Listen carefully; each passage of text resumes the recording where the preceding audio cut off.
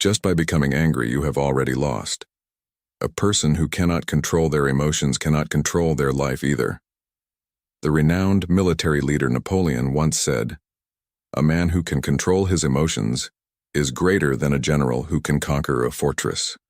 If we want to achieve greatness, we must first learn to control our emotions. Although this is not easy, many people, though appearing seasoned and experienced, lose control of their emotions when faced with irritants, resorting to cursing, arguing with others, and even physically lashing out to the point of causing injuries, which is very dangerous. When we become angry, the fire of ignorance blazes within us. When a person gives rise to the mind of anger and delusion, they have already lost. Those who cannot master their emotions will never be able to master their lives, leading to a loss of reason and a deeper descent into trouble.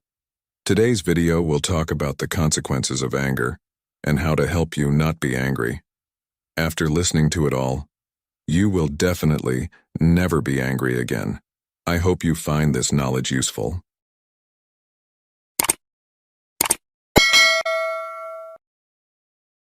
1. Anger leads to many problems. Anger, often seen as a fleeting response to frustration, holds a far more sinister potential to disrupt lives and deteriorate relationships. Take a moment and consider the story of Zhang Fei from the Three Kingdoms period, a talented general whose inability to manage his anger led to his tragic demise. Despite his skills, Zhang Fei's temper ultimately made him ineffective, a stark reminder that raw talent without emotional control is futile. This tale is not just a historical anecdote. It mirrors challenges in our modern lives. Imagine a contemporary scenario, a skilled project manager known for their expertise, but also for a volatile temper. During a crucial meeting, frustration boils over regarding an unmet deadline. Words fly, morale plummets, and the team's unity begins to fray. The manager's anger not only strains professional relationships, but also impacts their personal well-being, echoing Zhang Fei's fate in a modern setting. In the iconic film The Godfather, a profound line advises, "Never let anyone outside your family know what you are thinking." This wisdom highlights the dangers of wearing your emotions on your sleeve. Those who are quick to anger and open with their frustrations can alienate others, making them vulnerable and often misunderstood. Anger also takes a toll on your health, which ancient medical texts acknowledge, noting that all diseases arise from energy. This energy, when negative, can harm not just the mind but the body, affecting the liver, lungs, and even cardiovascular health. Have you ever noticed how being angry makes you feel physically and emotionally drained? How it can turn potential allies into adversaries? Reflect on these effects and ask yourself, is it worth holding on to this anger?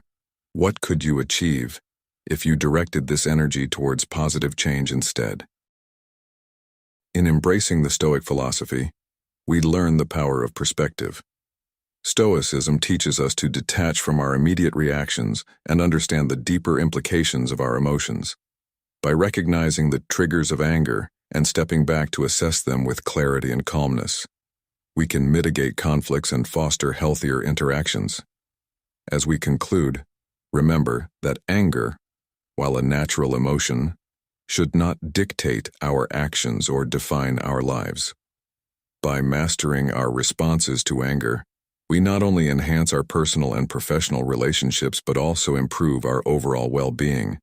So, next time you feel that familiar surge of frustration, take a deep breath, step back, and choose a response that aligns with the person you aspire to be. What strategies will you implement to ensure that anger does not overpower your better judgment and lead you astray?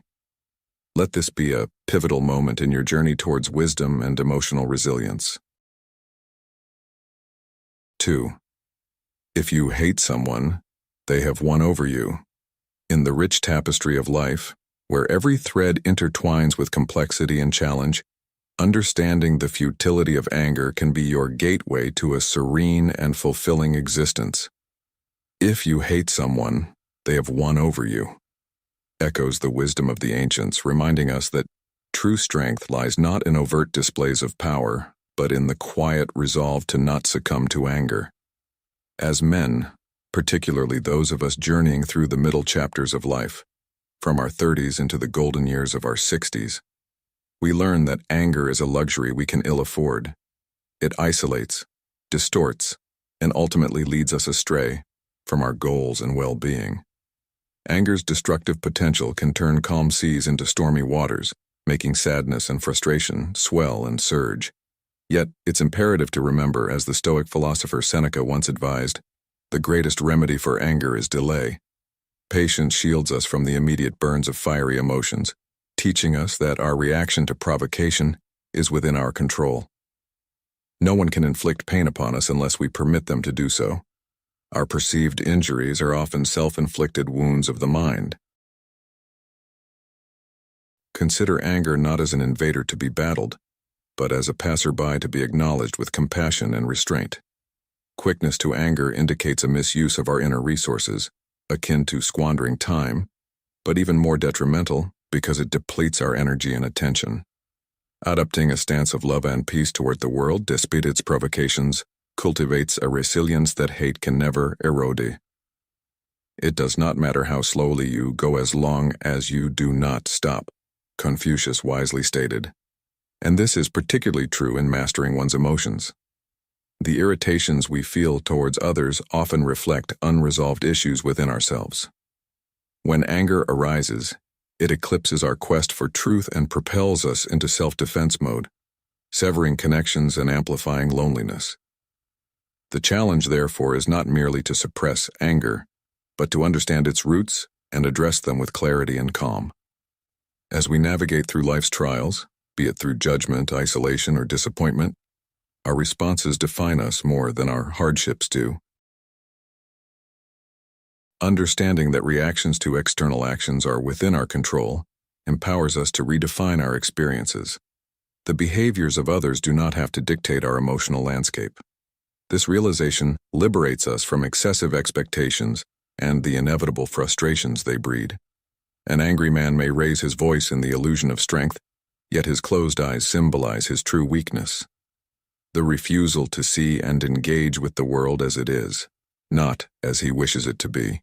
In moments of potential conflict, kindness emerges as the most profound retaliation. It disarms the adversary and elevates the spirit of the bearer, abiding by the principle that if it does not harm the community, it need not harm the individual, fosters a broader perspective where personal grievances give way to collective well-being. Showing someone the error of their ways through composed, constructive dialogue is far more effective than any outburst could ever be. In the quiet reflection of our later years, we come to appreciate that the heat of anger provides no warmth, only the cold aftermath of regret. Let us, then, embrace the Stoic view to transform our challenges into channels for growth and self-reflection, adhering to the age-old wisdom that maintaining peace within is the truest form of strength. As Marcus Aurelius once counseled, "You have power over your mind, not outside events. Realize this, and you will find strength." This Stoic mindset, when woven into the fabric of our daily lives, not only enriches us but also those we touch, creating a legacy of calm in a world too often consumed by storms. 3. Being upset is a choice, and you should make a smart one. Anger, often described as a fierce tempest within, can indeed change the course of your day or even your life. Have you ever found yourself so consumed by irritation or fury that you lose track of your own happiness? Imagine this. Every minute spent in anger costs you a whole 60 seconds of peace and joy. Now consider the wise words of the Buddha. Holding on to anger is like grasping a hot coal with the intent of throwing it at someone else. You are the one who gets burned. How often do you find that the initial spark of your anger seems justified, yet the aftermath leaves you with nothing but regret and exhaustion?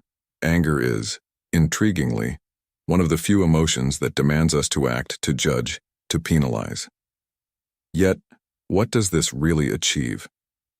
The Greek philosopher Aristotle once noted, "Anybody can become angry, that is easy, But to be angry with the right person and to the right degree and at the right time and for the right purpose and in the right way, that is not within everybody's power and is not easy. It is a subtle art, the control of one's temper, and not everyone masters it. But why do we cling so fiercely to our resentments and grudges? Is it possible that in our grip on anger, we are actually afraid of confronting deeper, more painful issues within ourselves? Consider for a moment the idea that anger doesn't always stem from what happens to us, but rather from our thoughts about what happens when someone insults you or undermines your efforts. Your natural response might be to retaliate or to harbor ill feelings. However, Epictetus, a Stoic philosopher, challenges us with a transformative thought. It's not what happens to you, but how you react to it that matters. This perspective empowers you to choose your response, to be the master of your emotions rather than a slave to them. What freedom lies in the realization that no one can make you feel inferior without your consent. Now, let's explore the notion that most anger comes from unmet expectations. We often expect the world and the people in it to behave in a certain way, and when reality falls short, we feel betrayed and let down. But what if you could adjust your expectations?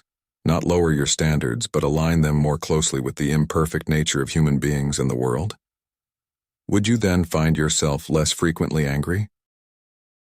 Anger, as Mark Twain wisely put it, is an acid that can do more harm to the vessel in which it is stored than to anything on which it is poured. Have you ever noticed how personal grievances can escalate into something ugly, affecting not just your mood, but also your health and relationships? Leaders and visionaries throughout history have recognized that true power lies not in a loud voice or a clenched fist, but in the ability to remain calm in the face of provocation. Nelson Mandela, after his long imprisonment, famously chose forgiveness over bitterness, a testament to the strength and nobility of choosing peace over conflict. So, what is the smart choice when you feel the heat of anger rising within you? Delaying your reaction can be incredibly effective.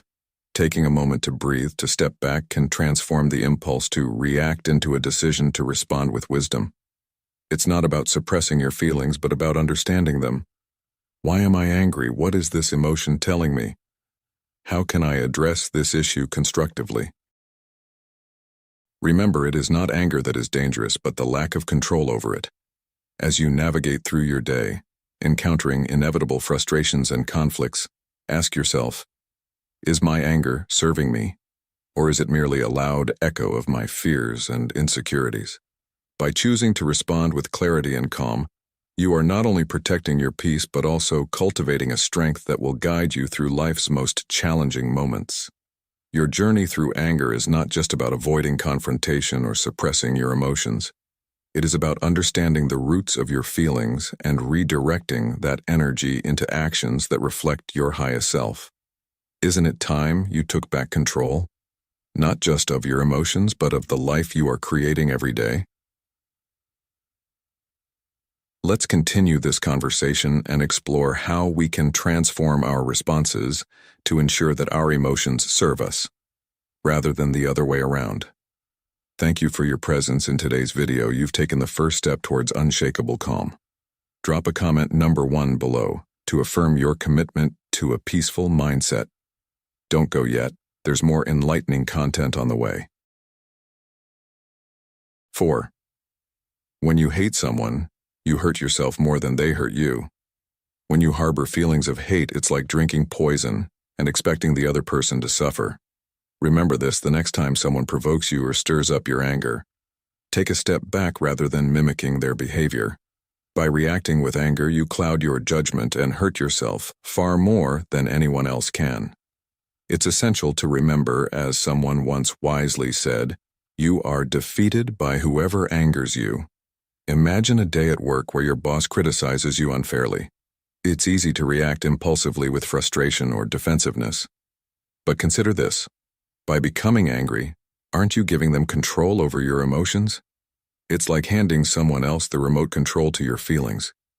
Instead, why not choose to act out of your inner strength and calm? You possess the power to not be affected negatively by others' actions. Each day, strive to remain detached, present, and serene. This consistent practice will diminish your reactive responses, allowing you to maintain your peace. When anger arises, it's often sudden and fierce, catching us off guard. However, if you fill your life with understanding and love, those harsh feelings, anger, guilt, resentment, begin to dissipate. It's crucial to acknowledge that while everyone experiences negative emotions, we have the choice not to act on them. By recognizing your anger as it emerges, you gain the ability to observe it objectively, as if stepping outside yourself, and thus it loses its grip on you.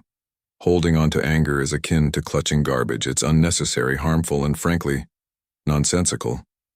The wise choose to let go, while only fools cling to such destructive baggage.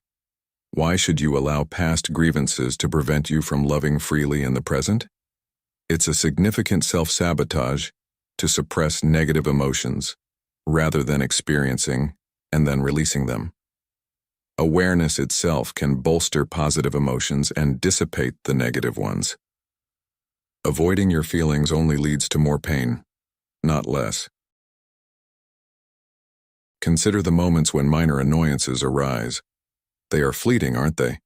If you choose not to focus on them, they dissipate quickly. This is a vital lesson in emotional management. When anger tempts you to make rash decisions, pause and acknowledge that this state may cloud your judgment. Ask yourself, does this situation truly warrant a reaction? Often, you'll find it doesn't.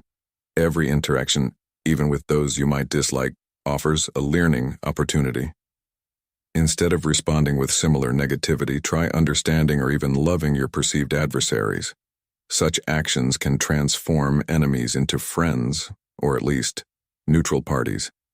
Beat the bad people with love, as the saying goes. Extend generosity to those less fortunate, and honesty to those who deceive. These acts not only counteract negative emotions, but also elevate your spirit. Now, let's take a moment to reflect with a question. Have you ever noticed how letting go of anger can make you feel lighter and more free? Share your experiences. How did it change the situation or your day? In conclusion, embracing a life filled with love and understanding is the ultimate antidote to anger and other destructive emotions. Remember, the person most harmed by your anger is often yourself. Learning to smile at your anger, to greet it like an old acquaintance with calm detachment, allows you to live with peace and happiness. Anger comes and goes, but your inner tranquility and wisdom are always available to guide you through the storms. Embrace these truths and watch as your life transforms into a more joyful and fulfilling journey. 5. Angry people will often give up what's best. In the depths of our human experience, anger often emerges as a formidable opponent, casting shadows over our best intentions and leading us astray from the paths of wisdom and calm. It's essential to grasp that succumbing to anger is not merely a fleeting lapse in judgment, but a relinquishment of what's genuinely beneficial for us. As the Stoic philosopher Seneca once remarked, anger, if not restrained, is frequently more hurtful to us than the injury that provokes it. This profound insight beckons us to view anger not as a protector, but as a peril, masquerading as the guardian of our deepest sorrows and insecurities. Consider the scenario where anger persuades us to forsake sleep in the heat of resentment. The greatest speech given in anger is often one we regret profoundly. Anger serves as a solitary confinement, locking us away with our bitterness and forgotten rationale. In understanding this, we can begin to unravel the threads of anger, tracing them back to their roots in greed, delusion, and the simple, yet profound misunderstandings that disrupt our peace. But anger's reach extends beyond our personal turmoil. It reflects a broader misunderstanding of our reality and ideals. It is not strength that harbors anger, but weakness, a surrender to the lesser angels of our nature. When faced with provocation, our true might is demonstrated not through retaliation but through restraint. As Marcus Aurelius, another Stoic sage, advised, "You have power over your mind, not outside events. Realize this, and you will find strength." In the tapestry of modern life, where the pace is relentless and the stakes high, it is easy to let anger dictate our actions. However, the wise recognize that giving in to anger is akin to yielding our knowledge and clarity. The next time you find yourself on the brink of anger, remember that what truly defines your intelligence and character is not how easily you are provoked, but how you choose to respond. Counting to 4 or pausing to reflect can act as simple yet powerful shields against the folly of anger. Integrating these Stoic principles into our daily lives demands continuous effort and mindfulness. It involves recognizing that the triggers of our anger are less significant than our reactions to them. Each instance of anger offers a lesson in self-awareness and an opportunity for growth. It's a chance to turn away from the precipice of reactionary outbursts and towards a path of Stoic calm, where the storms of the mind are acknowledged, but not allowed to overwhelm. In this ongoing journey, let us strive to detach from the immediacy of our emotions and embrace a perspective that values serenity over discord. Let us not be those who think others harbor negativity towards us, when in reality, they scarcely give us a thought. Let our legacy be one of peace and rationality, where anger is recognized as a momentary guest in the home of our soul, not the master of it. For in the grand design of our lives, the ability to remain composed in the face of adversity is the truest strength, echoing across our interactions and aspirations. 6. Have faith in time. Imagine you're navigating through a thick fog where visibility is nearly zero. It's similar to those moments when anger clouds your judgment, isn't it? Sometimes we find ourselves riled up over trifles, perturbed by things prematurely, or agitated by matters that shouldn't bother us at all. Renowned philosopher Seneca once said, "The greatest remedy for anger is delay." Indeed, the wisest among us recognize that we have limited time and energy. They invest these precious resources only in matters that truly merit attention, understanding that often our distance from understanding others fuels our frustrations and unnecessary disputes. Consider this. When anger escalates, the consequences can become more harmful than the anger itself. It might seem as though your rage adds a surge of necessary energy into your interactions, but in reality, this energy is as blind and destructive as a storm tearing through a serene landscape. The key then lies in maintaining a tranquil mind, essential for viewing situations through multiple perspectives. Just as wine may enhance our spirits but obscure our true selves, anger might make us feel momentarily powerful but ultimately hides us from our own inner truth. When anger strikes, remember to shift your focus from people to problems, from excuses to solutions. It's easy to target our frustrations at individuals, but what does this truly accomplish? As Marcus Aurelius, another Stoic philosopher, pointed out, how much more grievous are the consequences of anger than the causes of it. If anger is a storm, consider your breath your anchor. By focusing on your breathing, you can weather this internal tempest and prevent it from wreaking havoc. Here's an interesting thought to ponder. If you find yourself furious, what would happen if you waited just 10 seconds before responding? In moments of intense anger, try counting to 100. This practice might seem simple, but it's profoundly effective in regaining control over your emotions. Remember, once you allow hatred to settle in, your opponent has already won. Love, however, fosters pride, not just in yourself, but in your connection to the world around you. It's far simpler to choose hatred, but ask yourself, isn't it more rewarding to cultivate love? This dialogue isn't just about controlling anger, it's about transforming it into a tool for personal growth and freedom.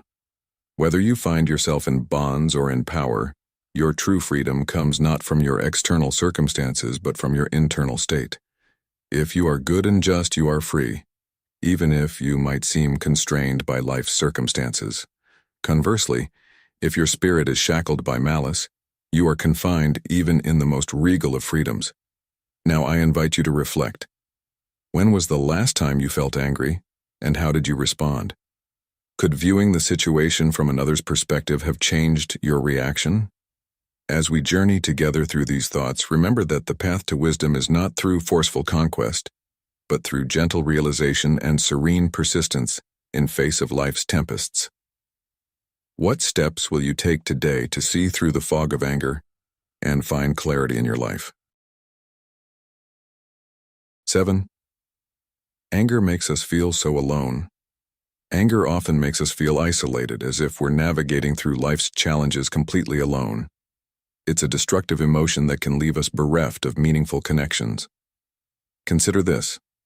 When anger surges within you, it's akin to riding a wild horse, unpredictable and dangerous. Have you ever noticed that the most heated moments often lead to regrettable decisions? In these instances, anger can poison our judgment, ensuring that actions taken are more likely to fail. It's crucial to recognize that danger is indeed only one letter away from anger. When we dwell in anger, even trivial matters can seem monumental. It's said that anger is one's worst enemy, but remaining composed is your best defense. Remember, no one else can truly hurt you unless you permit them to. The moment you think you're hurt, you really are. But here's a thought. Anger isn't necessary. Life will undoubtedly throw frustrating situations at us, yet it's our response that truly defines the outcome. I make a conscious choice not to react in anger. By not responding with heightened emotions, you protect your peace. Anger obscures our ability to see clearly, akin to looking through a fogged lens. When it arises, it's important to acknowledge it, look it straight in the eye, but then move beyond it. If you manage to hold your temper, imagine how you might avoid days, if not weeks, of sorrow. Have you ever reacted in anger only to find that it didn't solve anything, but rather added to your troubles? Consider the story of Emma, a project manager known for her quick temper. During a critical meeting, she exploded over a minor mistake made by a team member. This not only escalated tensions in the room, but also strained her relationship with her team, affecting morale and productivity. Over time, Emma learned to pause and reflect on her emotions, realizing that understanding her triggers and responding rather than reacting could prevent many stressful situations. This transformation didn't happen overnight, but through consistent effort, Emma found that her meetings became more productive and her team more cohesive. Now reflect on your own life. When was the last time anger helped you achieve a positive outcome? When we let go of anger, we open ourselves up to understanding more about our own inner workings. Every irritation we feel towards others can actually be a mirror showing us our vulnerabilities and insecurities. It's often not the insult, but how it makes us feel about ourselves that stirs up anger. Losing hope can leave us in a constant state of frustration, but imagine if we could channel a fraction of that energy into self-love and understanding. Perhaps then, our inclination to react in anger might diminish significantly. So next time you feel anger rising within you, ask yourself, what is this really about? Can I look at this situation differently? This shift in perspective might just be the key to not only keeping your peace, but also deepening your understanding of yourself and enhancing your interactions with others. By learning to manage our anger, we learn to free ourselves from needless suffering. It's a journey of self-discovery that requires patience, insight, and a willingness to change old habits. Through this, we might just find that the serenity and resilience we develop are far more rewarding than the fleeting satisfaction anger might provide. Remember, the ability to remain calm in the face of adversity is a superpower that can lead to profound personal growth and harmony. Let's embrace this journey together, fostering a community where wisdom leads the way to a more thoughtful and fulfilling life. 8. Anger is not a good feeling, so wise people never show it. Imagine a scenario where, in the heat of a dispute, someone insults you. The instinct might be to react with equal venom. But what if instead you paused, counted to 4, and allowed the wave of anger to pass? This simple act of pausing is a powerful testament to self-control, reflecting a mind as steady as a flame in a windless space. By choosing not to respond in anger, you're not only preserving your peace, but also preventing the situation from escalating. It's akin to reducing pollution. where anger is the pollutant, disrupting the serenity of your environment. Anger, when left unchecked, often inflicts more harm upon us than the initial cause of our irritation. Hence, the pursuit of serenity should not be about suppression, but about understanding and channeling this potent energy constructively. Consider meditation, a practice that brings profound calm and clarity. As we meditate, our minds stabilize, revealing our true selves and the peace that comes from deep realization. It's here, in the tranquility of a still mind, that we find the strength to act without attachment to outcomes, embodying the essence of Stoic calm. Furthermore, the Bhagavad Gita teaches us to perform our duties with devotion, without attachment to the results. This is the true nature of yoga. Detachment here does not mean disengagement from life, but rather engaging fully without being swayed by personal gain or loss. This philosophy encourages us to maintain our composure, not only in adversity, but also in prosperity, enabling us to approach every situation with a balanced perspective. Our beliefs and thoughts shape our reality. He is what he thinks he is, reflects the profound impact of self-perception on our identity and actions. By fostering positive thoughts, we not only enhance our own well-being, but also project this positivity outward, influencing our surroundings favorably.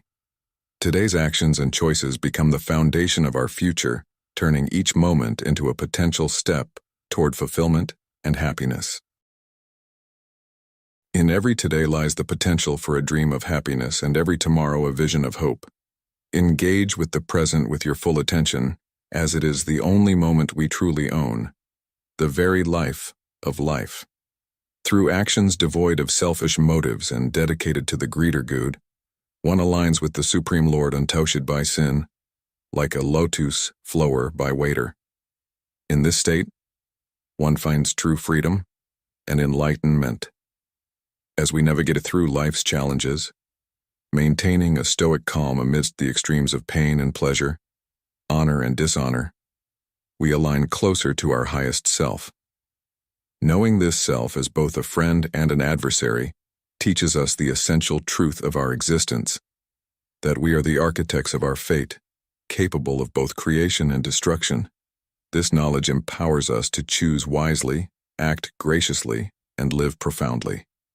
In sum, mastering anger and nurturing a composed demeanor is not merely about avoiding conflict, but about embracing life's potential to its fullest. By understanding and applying these principles, we cultivate a life of peace, purpose, and profound satisfaction. 9. Anger leads to illusion. In this moment, as you listen, consider the profound impact that mastering your emotions, particularly anger, can have on your life. Anger, as it arises, often clouds our judgment, leading us into a labyrinth of illusions that distort our perception of reality. It blurs the lines between what is and isn't true, making it incredibly challenging to think clearly. As Marcus Aurelius wisely observed, how much more grievous are the consequences of anger than the causes of it. So when we succumb to anger, we lose our grip on reason, and without reason, we are prone to fall into chaos. Imagine mastering endurance, the art of weathering life's storms without letting despair take root. This discipline is tough to cultivate, yet undeniably rewarding. Those who achieve it are not swayed by fleeting hardships. They see through the superficial injustices and cruelties that often provoke anger. Instead, they cherish virtues like brotherly love, kindness, justice, and charity. These qualities are not just lofty ideals, but practical tools to enhance personal well-being and the well-being of those around us. Now take a moment to reflect. Have you ever found clarity and solitude in the quiet moments of pause? The ability to choose one thought over another, especially under stress, is a testament to a clear mind. I often remind myself, and perhaps you might consider it too, to speak only when certain that my words will improve upon silence.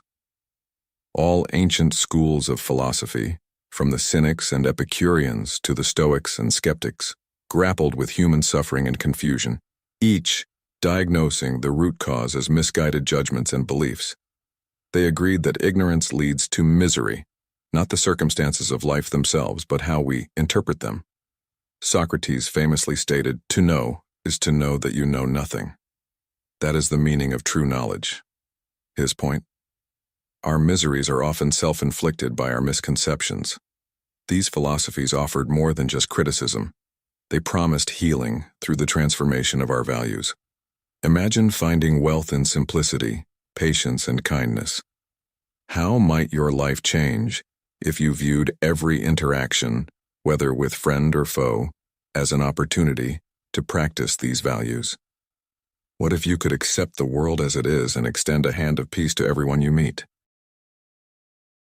Consider Taoism, which teaches us to appreciate the art of existing in harmony with the universe.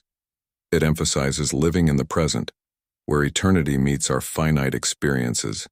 Here, in the now, is where we touch the infinite.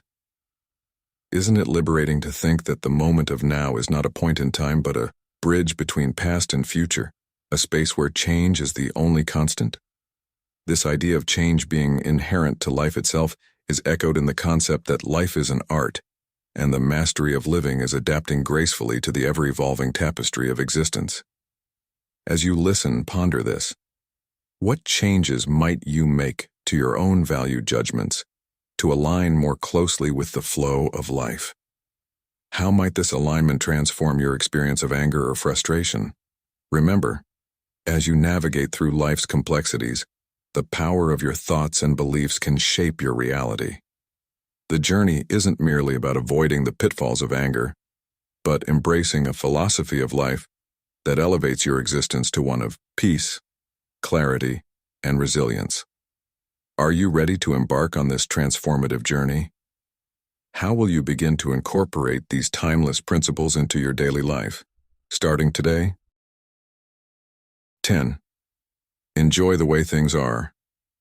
In our journey through life, understanding how to harness contentment with what we have can transform our existence. When you realize that everything you need is already within your grasp, you unlock a profound sense of freedom. Your perception should be guided by your own senses. See what is truly before you, listen to the sounds that nature intended, and speak your truth without the filter of societal expectations. It's essential to liberate your thoughts from the confines of what others deem appropriate. Remember, if you let external desires dictate your thoughts, you're not only relinquishing your freedom, but also doing a disservice to your own potential. By allowing yourself to think, feel, and act independently, you open up a pathway to personal growth and liberation from the chains that society can impose. Consider this. Life is like a garden where your dreams are the seeds.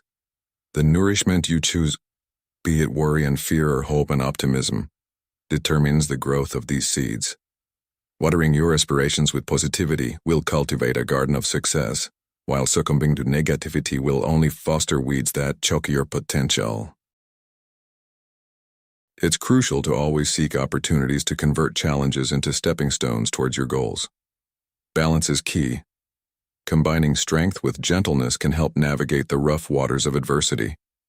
Knowing when to push forward and when to yield is akin to mastering the art of sailing against the prevailing wind. Reflect on this scenario.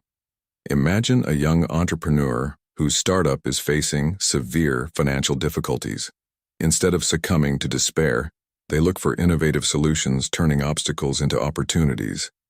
By adopting a mindset of resilience and adaptability, they not only overcome these challenges but also pave the way for future successes.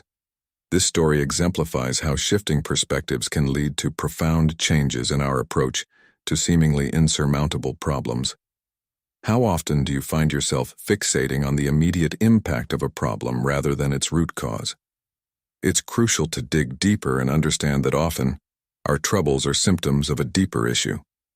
Acknowledging our limitations is a strength, not a weakness. In contrast, the real folly lies in being oblivious to our own blind spots. By addressing the core issues rather than just the surface symptoms, we set the stage for lasting change and deeper understanding. As you reflect on these thoughts, ask yourself, what are the weeds in your garden of dreams?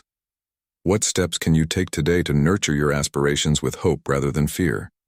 Each day offers a new opportunity to reshape our destiny, to strengthen our resolve, and to soften our approach where necessary. Remember, the strongest among us are those who have learned not only how to endure but also how to grow from every experience, however bitter it may seem at the time. In summary, embracing what we have, nurturing our dreams with optimism, maintaining balance in the face of challenges, and addressing the roots of our problems can radically alter our perspective on life. These principles don't just help us manage anger. They empower us to live with a sense of purpose and peace. What will you choose to water your dreams with today? 11. To master yourself. In an age where the constant pursuit of external validation seems to dominate our lives, the ancient wisdom of Stoicism reminds us of the importance of internal mastery and self-knowledge.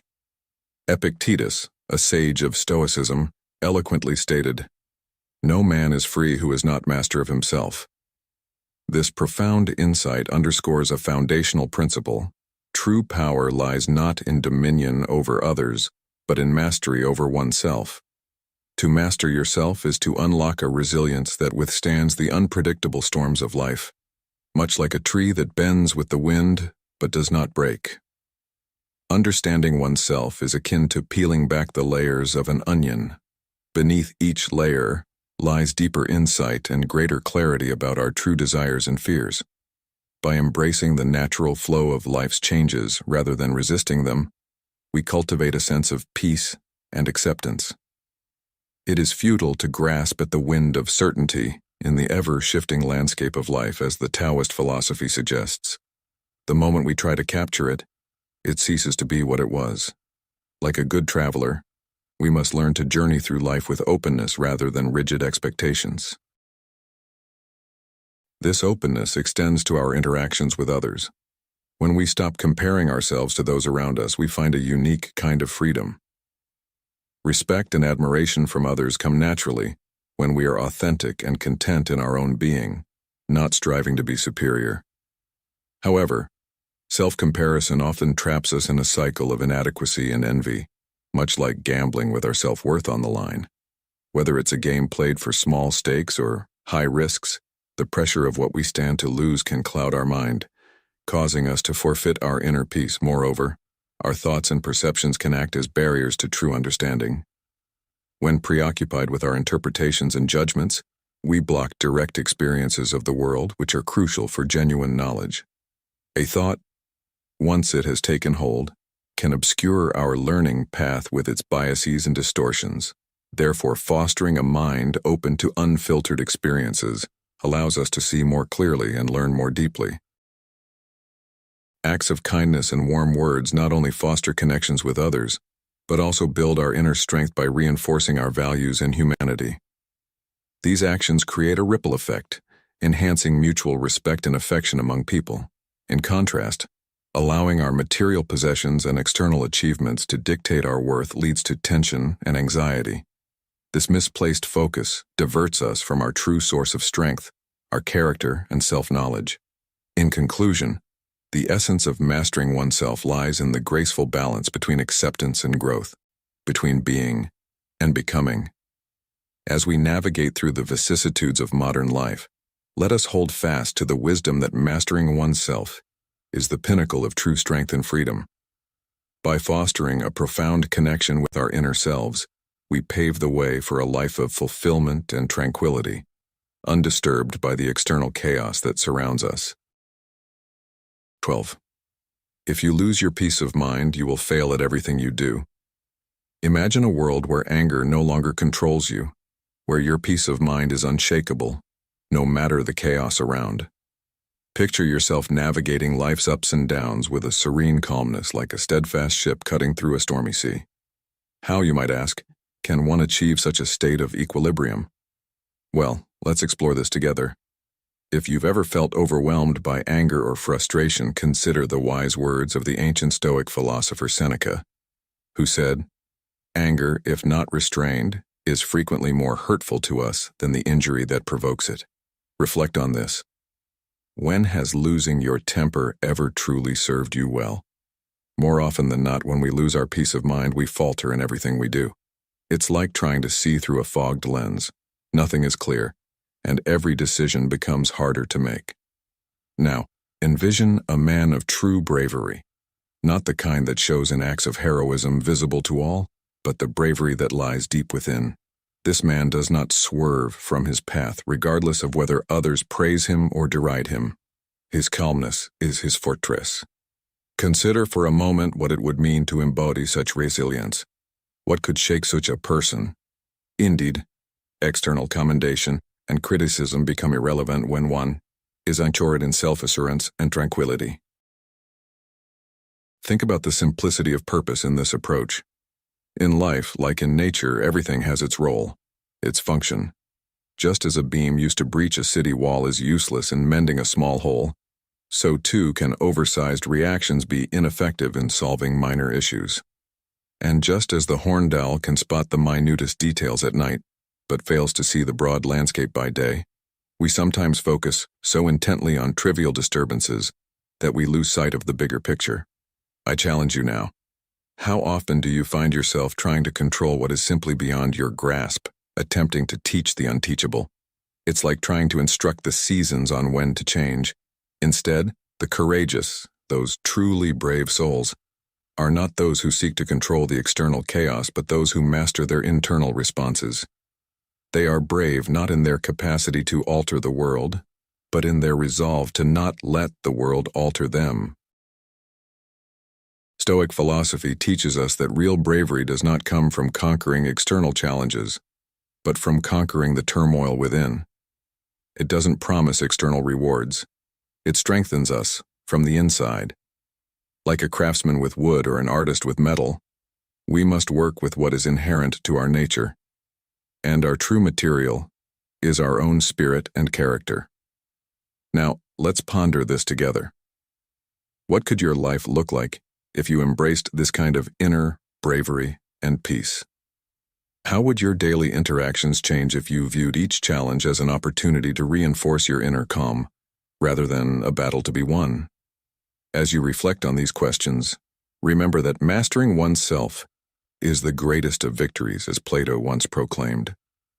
Every day gives us a new opportunity to practice this philosophy, to turn our trials into triumphs of the spirit. Let this be your journey, where you learn not to avoid the storm, but to dance in the rain. 13. Anger is a killer. Anger is often likened to a silent killer, an internal poison that undermines our peace without a visible trace. Think of anger not as a weapon wielded against those who have wronged us, but more like a bent blade that turns against its wielder. It's a corrosive acid, eating away more at the vessel containing it than anything on which it is poured. As the wise Seneca once said, anger, if not restrained, is frequently more hurtful to us than the injury that provokes it. Every moment of rage costs us 60 precious seconds of tranquility, stripping us little by little of our capacity for joy and reason. The proverbial clenched fist can never partake in a handshake. It can only signify defiance and aggression. Conversely, an open hand invites connections, embodies forgiveness, and fosters hope. Love triumphs over anger, hope outshines fear, and positivity overcomes despair. In the tempest of our emotions, it is essential to recognize that anger serves no constructive purpose. It does not resolve a conflict, but ignites it, fueling a cycle of retaliation and remorse. Anger often begets more anger, setting the stage for a relentless storm that can extinguish the very fire of our intellect and humanity. You will not be punished for your anger. You will be punished by your anger, Buddha wisely cautioned, highlighting the self-destructive nature of this fiery emotion. From personal experience, the repercussions of yielding to anger and hatred are profound and far-reaching. These dark companions often lead to the very outcomes we most dread: isolation, resentment, and a crippling dependency on those we have alienated. It is a curious paradox that the same fervor that fuels hate can sometimes mask itself as a perverse form of love, intense, yet ultimately harmful. We might consider, instead of flaring up in anger, to express our pain through tears. Crying can cleanse the soul and soften hearts, whereas anger often causes wounds that fester and scar. Anger is not a testament to strength, it is rather an admission of despair and vulnerability. The full spectrum of human emotion is not limited to joy alone. Life in its truest form plays out across the entire keyboard of emotions, from the lows of sadness to the highs of happiness. Understanding this, Aristotle reminds us, anyone can become angry. That is easy, but to be angry with the right person to the right degree at the right time, for the right purpose and in the right way, this is not easy. Furthermore, while anger might be an instinctive reaction embedded in our very DNA, meant to rally us against threats, it often becomes misplaced, wreaking havoc where none is needed. It is crucial to discern between the anger that protects and the anger that destroys. As we navigate the intricate web of human relations, let us heed the lessons of those who have tread this path before us, recognizing that the flames of anger we stoke today might well consume us tomorrow. In an age where every word can be amplified and every emotion scrutinized, it behooves us to wield our expression responsibly. Critical words, though perhaps justified, can inflame situations unnecessarily, perpetuating cycles of retaliation that can span generations. The choice is ours: to perpetuate a legacy of bitterness, or to cultivate one of understanding and reconciliation. By reframing our perspective on anger, by understanding its roots and its fruitless outcome, we equip ourselves with the tools to not only manage our own emotions, but also to influence those around us positively. In doing so, we make our world a little less hostile, a little more forgiving, and a lot more hopeful. 14. Being angry means letting other people's mistakes hurt you. Imagine this. You're walking through life burdened by the errors of others, their mistakes causing your heart to swell with anger. Now picture a world where you could shed that burden, where anger doesn't hold you captive. How liberating would that feel? Being angry means letting other people's mistakes hurt you, but what if you could step beyond this, embracing serenity instead? Consider the Stoic philosophy, where wisdom lies not in a reaction but in measured response. Seneca once said, "The greatest remedy for anger is delay." Imagine applying this pause, this thoughtful delay in your everyday encounters. Would you then react differently? As you navigate through life, remember that the future holds no sway over the serenity of your present mind. You are equipped with well-honed tools, reason, resilience, and understanding that guide you through the challenges of the now, be it physical pain, loss, or even the turmoil of war. It's true, adverse events befall even the wisest among us, yet it's not the event itself but our perception of it that controls our reaction. The fool sees a setback as a calamitous tide, overwhelming and fearsome as it first appears. However, the wise remain unmoved. Their initial shock, a mere ripple, quickly settles back into the calm sea of rational thought. They hold steadfast to the belief that these visions, these fears, are but illusions, no more substantial than shadows. Epictetus famously remarked, "It's not what happens to you, but how you react to it that matters." Reflect on this as you face life's battles. Like a seasoned soldier, you must stand guard over your thoughts and emotions. Life commands a vigilance akin to war. There are guards, scouts, and frontline soldiers. In your role, how will you serve? Will you let the chaos of conflict dictate your actions, or will you command peace within yourself? Every moment, every breath is a choice. Will you choose to let fleeting disturbances unsettle you? Or will you let them pass like clouds on a windy day? Life flows seamlessly around us. It does not pause, does not wait.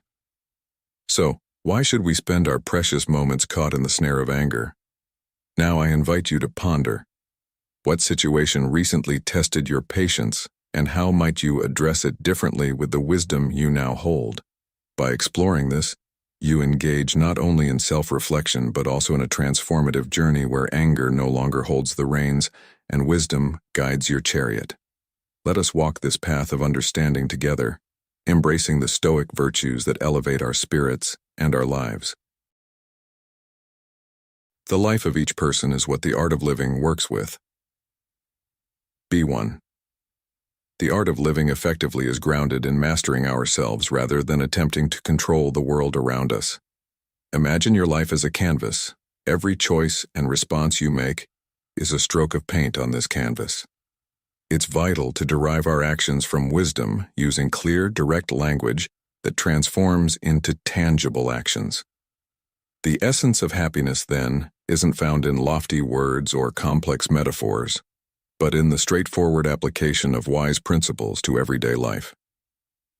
Consider the dissonance when individuals study philosophy as if it's merely a corporate skill, only to live in a way that contradicts the ideals they espouse. Authenticity in living according to one's philosophical insights is not only commendable, but essential. What you go through doesn't matter as much as how you go through it.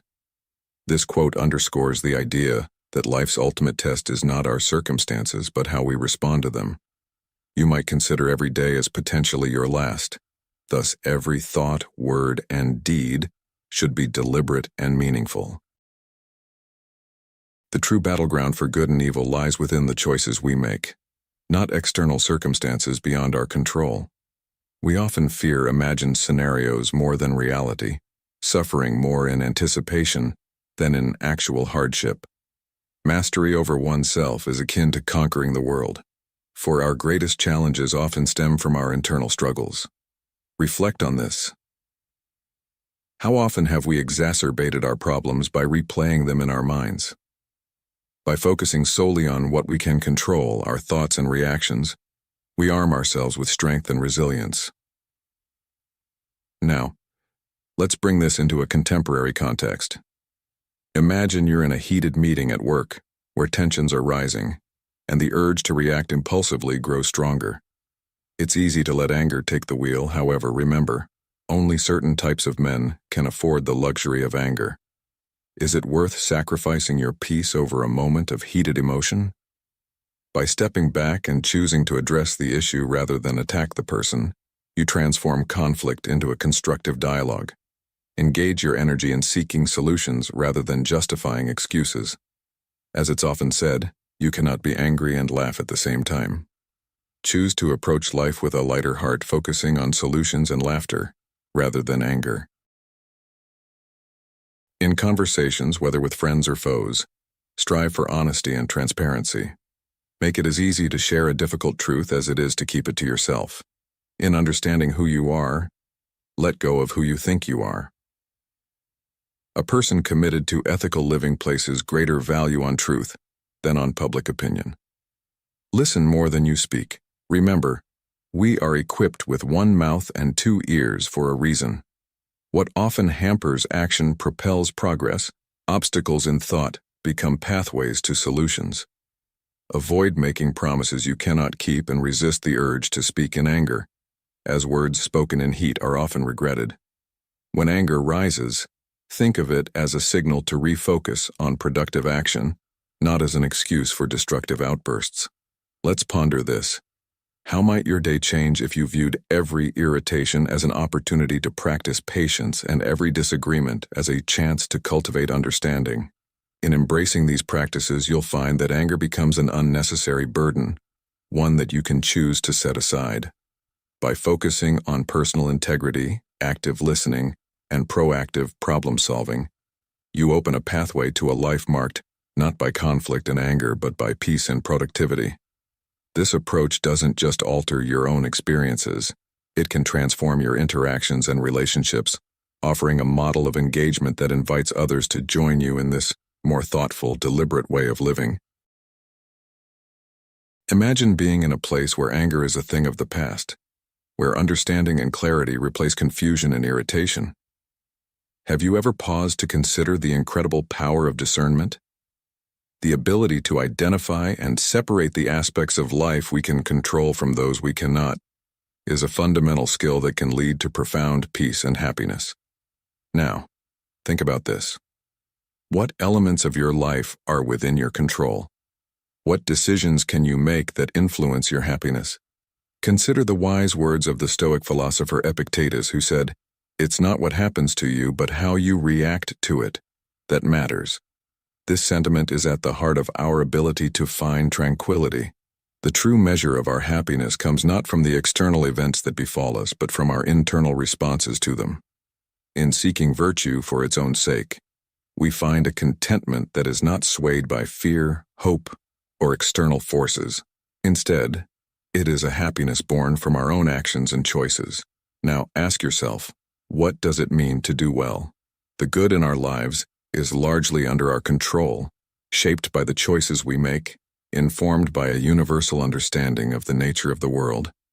This good is not just about adhering to moral principles, but also about the practical application of those principles in everyday decisions. Even in the eyes of the divine, the optimal use of our rational thoughts is seen as something beautiful and vital.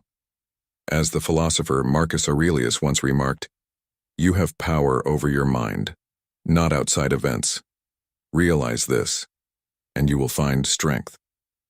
The most significant and beautiful endeavor we can undertake is to focus on what we can influence and to relinquish the rest to the universe, which operates on its own terms, beyond our control.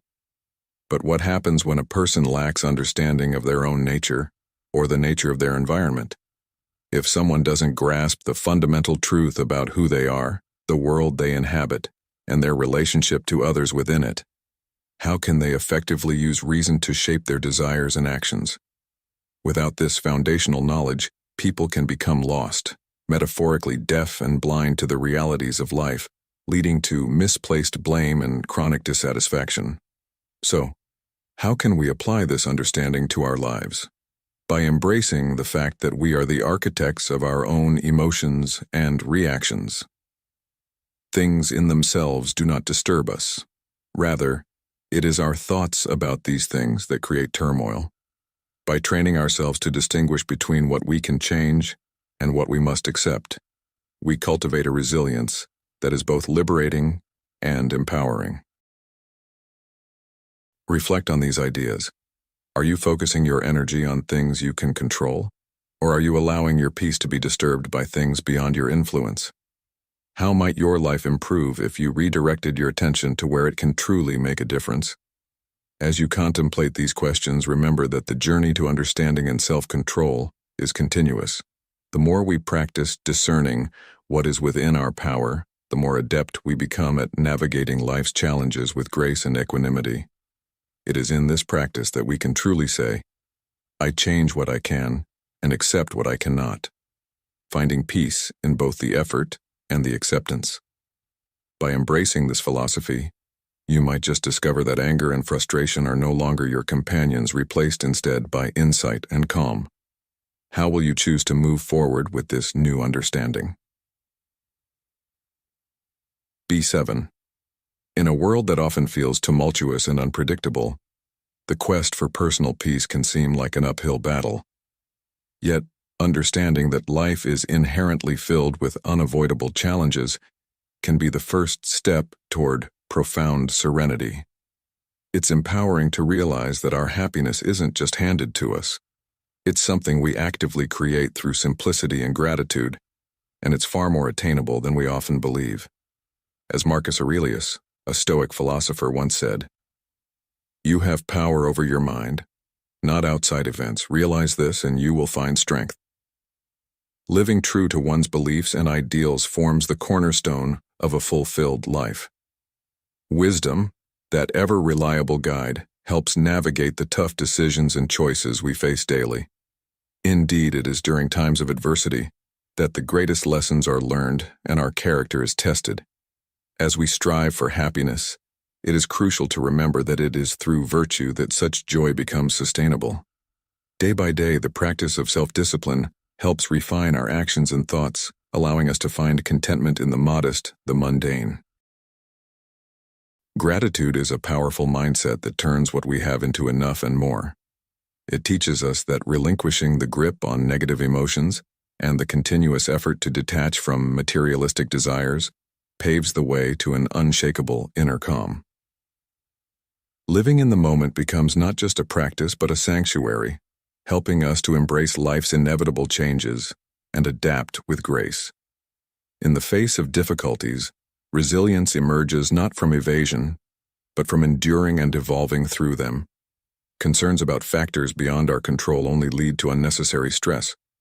True happiness is self-sourced, independent of external approval or circumstances. Living in harmony with nature and its cycles prompts a balanced life, one that is reflective and in tune with the environment. Self-evaluation is not just a tool, but a pathway to personal growth, urging us to live honestly and uphold integrity in every action. Simple pleasures often provide the most authentic sources of joy. The ability to recover from setbacks is fueled by resilience, an understanding that life's constant changes require humility and flexibility. There's a unique beauty and simplicity in nature that, once appreciated, can lead to a profound appreciation for life. Moderation in all aspects of life ensures that we maintain balance, preventing excess from clouding our judgment or dictating our happiness. As we navigate the complexities of modern life, it is wise to remember these principles. They are not just philosophical ideals, but practical approaches to living well. Incorporating these practices into our daily lives not only enhances our personal peace, but also strengthens our relationships with others and with the world around us.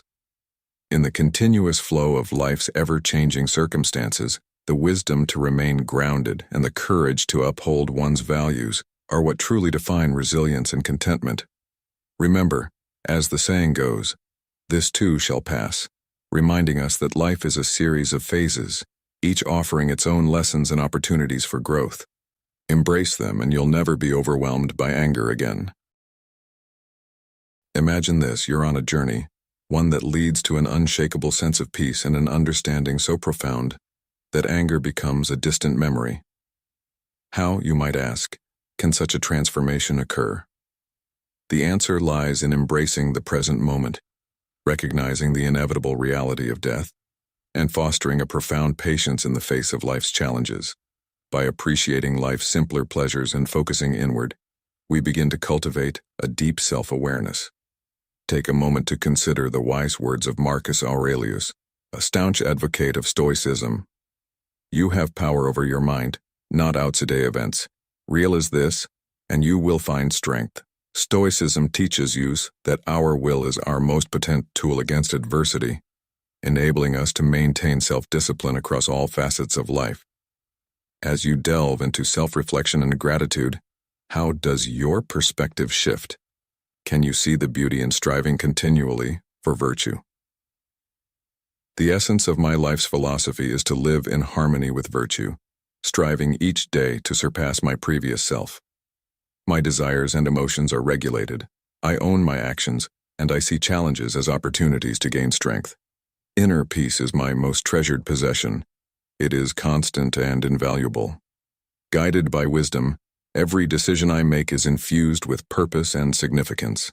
Emphasizing compassion, justice, and fairness, I face the inevitable changes of life with calm acceptance. Living in the now, I acknowledge death as a natural part of life, letting patience cultivate tranquility within me.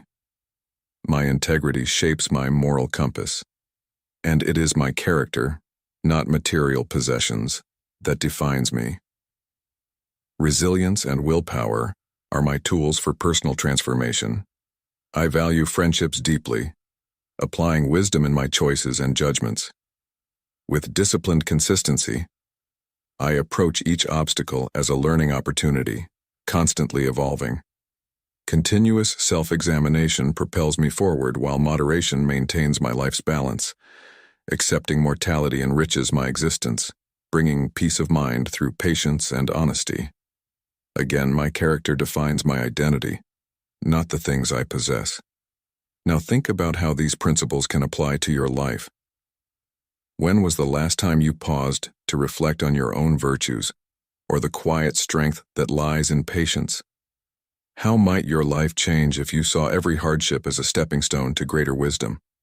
Engage with these thoughts, explore them, and you may discover that anger has no place in a life lived with such awareness and integrity. As you reflect on these ideas, I encourage you to ask yourself, what virtues do I wish to cultivate, and how can I align my daily actions with these values? Thank you for watching. If you found value in today's video and want to manage your anger effectively, make sure to hit the like button and share this video with someone who could benefit from it. Don't forget to subscribe to Stoic in your life and click the bell icon so you never miss our upcoming videos. Your support helps us keep creating content that makes a difference. See you in the next video.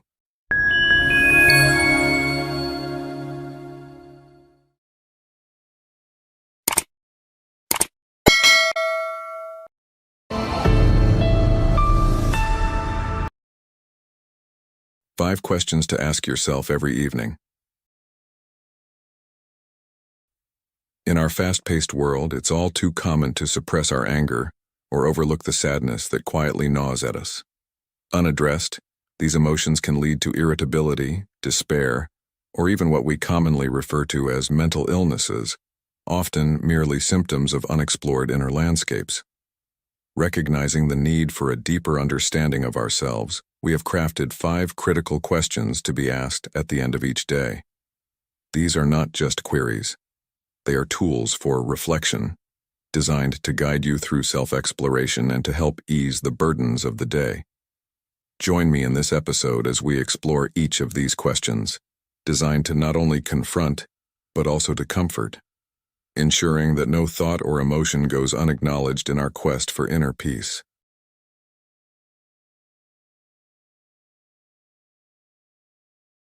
One, what am I really worried about? In the whirlwind of daily life, it's all too easy to lose sight of what's genuinely troubling us beneath the surface.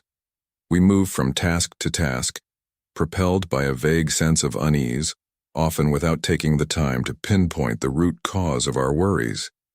This phenomenon isn't just perplexing, it seems counterintuitive. Surely, if something were truly bothering us, we'd stop and sort it out immediately, right? Yet, the reality is that our minds don't operate with the straightforward logic we might expect. Instead, they simmer with anxiety, sometimes for months or even years, before we confront the true source of our distress. This brings us to a crucial question every man should ask himself each evening. What am I really worried about? This inquiry isn't about skimming the surface of today's minor troubles. Instead, it's an invitation to delve deeper, to uncover the underlying fears that distract and unsettle us. Often we use superficial worries as shields, guarding ourselves against more profound anxieties. We fret over an upcoming job interview, for example, not because it's our greatest fear, but because it temporarily distracts us from more significant issues, like the stability of our relationships or existential concerns about mortality. Marcus Aurelius, a Stoic philosopher, once remarked, "You have power over your mind, not outside events. Realize this, and you will find strength." This wisdom is particularly relevant here. Understanding our deepest worries gives us the power to address them. By identifying what genuinely concerns us, we can begin to take control of our thoughts and, subsequently, our emotional responses. To engage in this practice effectively, consider it a form of mental archaeology. Each evening, take a moment to reflect not just on the immediate anxieties of the day, but on what they might be masking. Ask yourself, what worry lies behind the worry? This deeper question can reveal much about your internal landscape, showing you how minor anxieties often serve as smokescreens for more significant, unaddressed fears. As you peel back the layers of your daily concerns, you may discover that the things you thought were monumental are merely distractions from your true challenges and fears. This realization can be both liberating and daunting, but as John F. Kennedy famously said, "The only thing we have to fear is fear itself." Nameless, unreasoning, unjustified terror, which paralyzes needed efforts to convert retreat into advance. In applying this nightly exercise, you not only make peace with your inner self, but also equip yourself to face life's complexities with a clearer mind and a steadier heart. Such clarity and calm are essential in our modern world, where the pace of life leaves little room for thoughtful introspection. Yet, it is precisely this introspection that holds the key to personal resilience and emotional intelligence. By committing to uncover the deeper truths behind your daily worries, you embrace the possibility of a more focused and fulfilling life. Each night as you confront these truths, you step closer to mastering your emotions and, ultimately, your life's direction. This nightly practice isn't just about combating anxiety. It's about rediscovering your courage to face the unknown and to engage with life's deeper questions with confidence and poise. 2. What am I presently sad about? Think about it. When was the last time you really paused to reflect on what's been dragging your spirit down? We all do it. We put on a brave face because that's what's expected of us.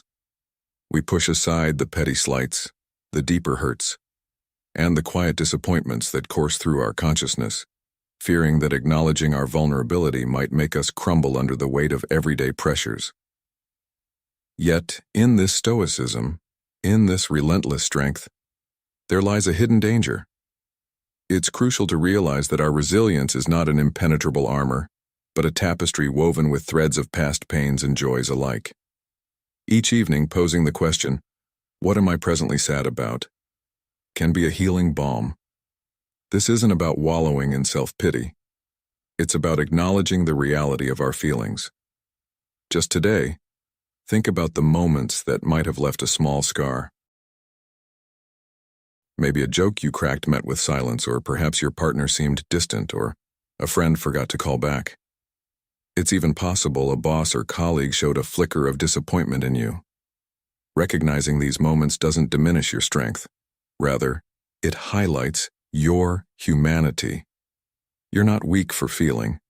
Every human shares this trait of fragility, as susceptible to emotional bruises as a child's skin is to scrapes. Let me tell you about John, a friend of mine who never allowed himself a moment to acknowledge his sorrows. He was the epitome of success, always seen with a smile, tackling project after project with apparent ease. One day, seemingly out of nowhere, John broke down during a routine meeting. It was only then he admitted how the small, unaddressed disappointments had piled up, creating an unbearable weight. This turning point led him to start asking himself each night what had truly saddened him that day, allowing him to address his feelings before they became overwhelming. Now, why is this important for you?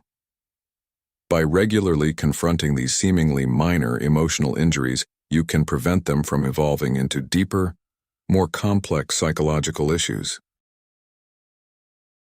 This practice offers a nightly cleanse of the emotional palate, ensuring that accumulated grievances don't taint your overall sense of well-being. So, what has saddened you today? Can you allow yourself to recognize these feelings without judgment, accepting them as part of your rich emotional landscape?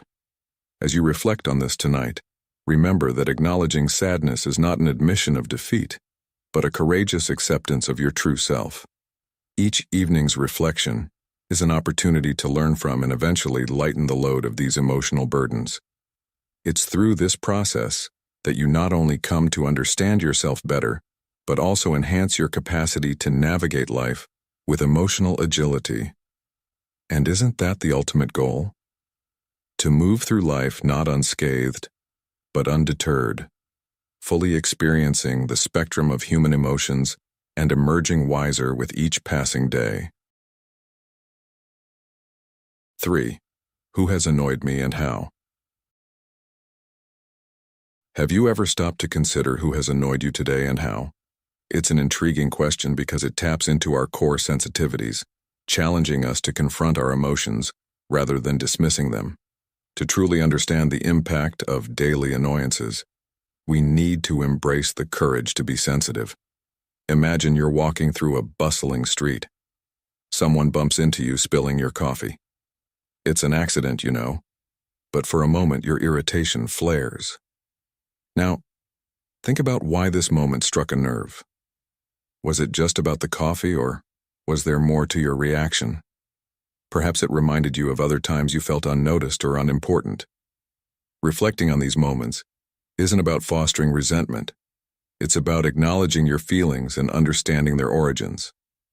This practice can be incredibly freeing.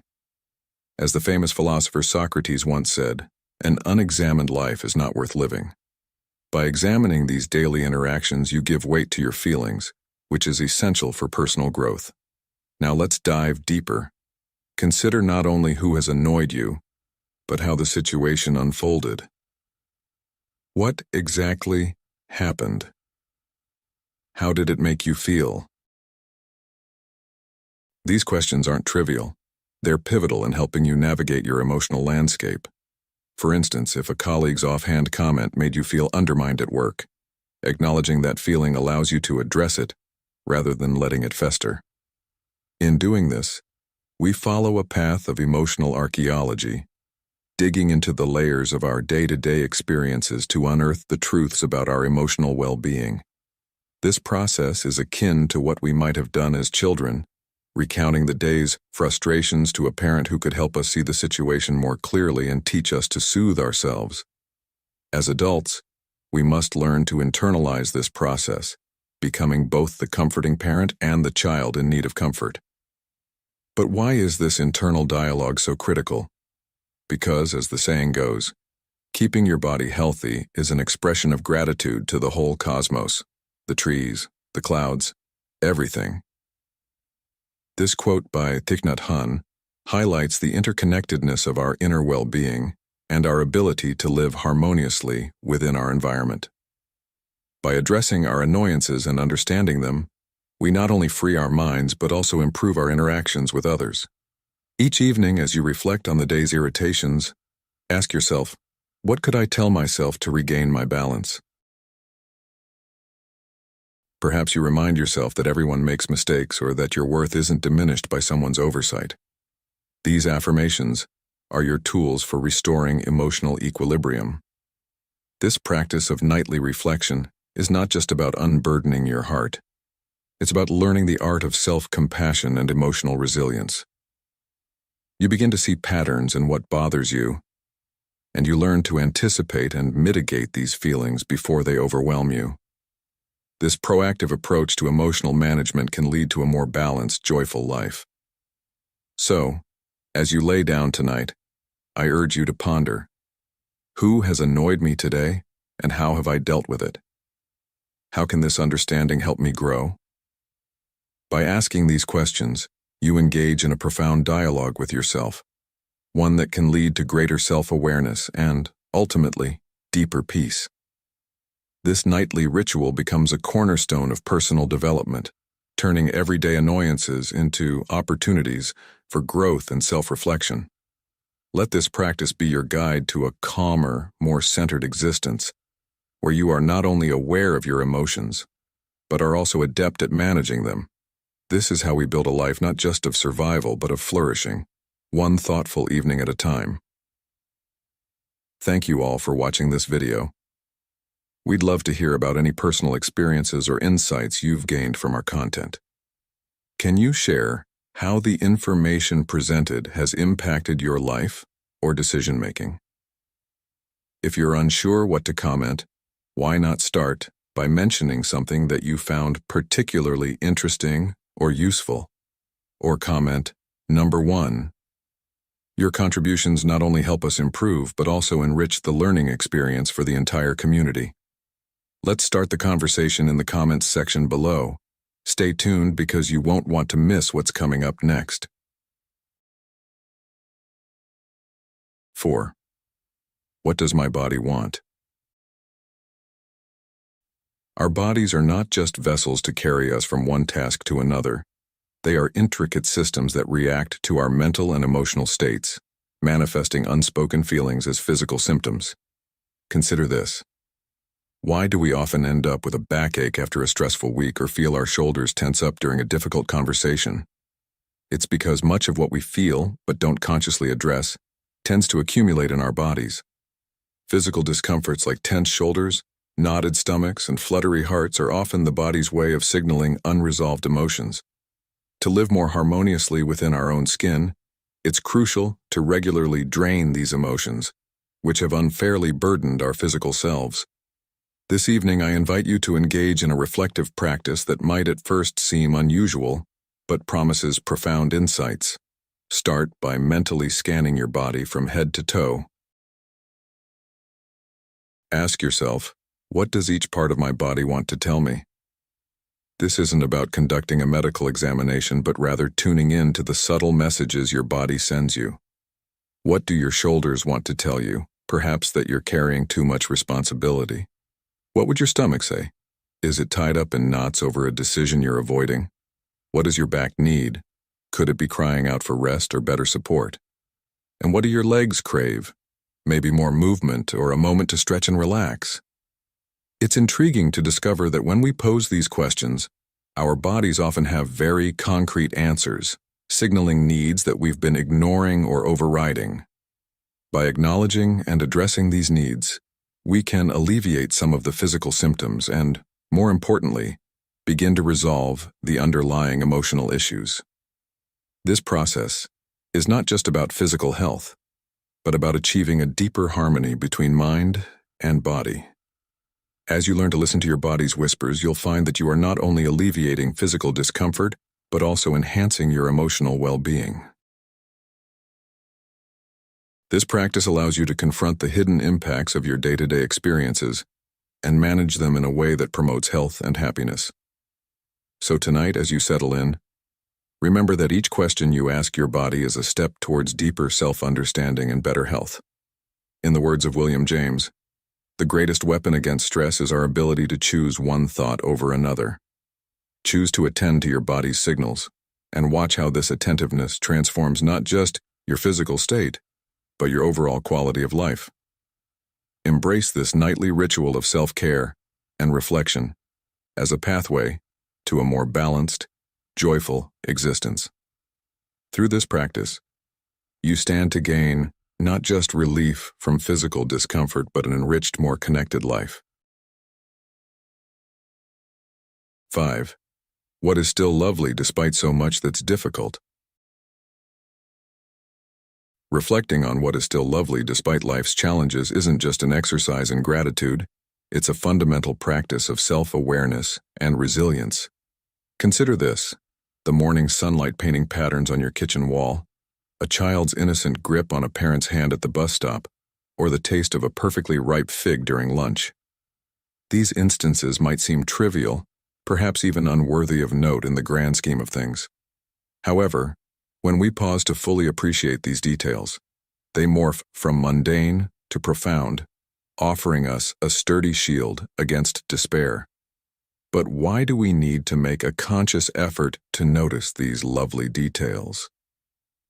The answer lies in the complexity of human psychology.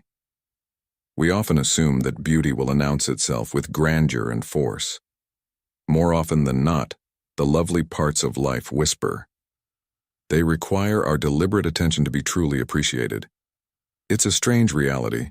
The most enriching elements of our lives can easily slip by unnoticed, unless we actively engage with them. So why not challenge yourself to keep a mental list of these moments? This simple act can transform how you experience your day. It's not just about recognizing beauty, it's about building a habit of noticing the good that balances the inevitable struggles. This practice is in line with the wisdom of Socrates, who proclaimed that the highest human calling was to know oneself.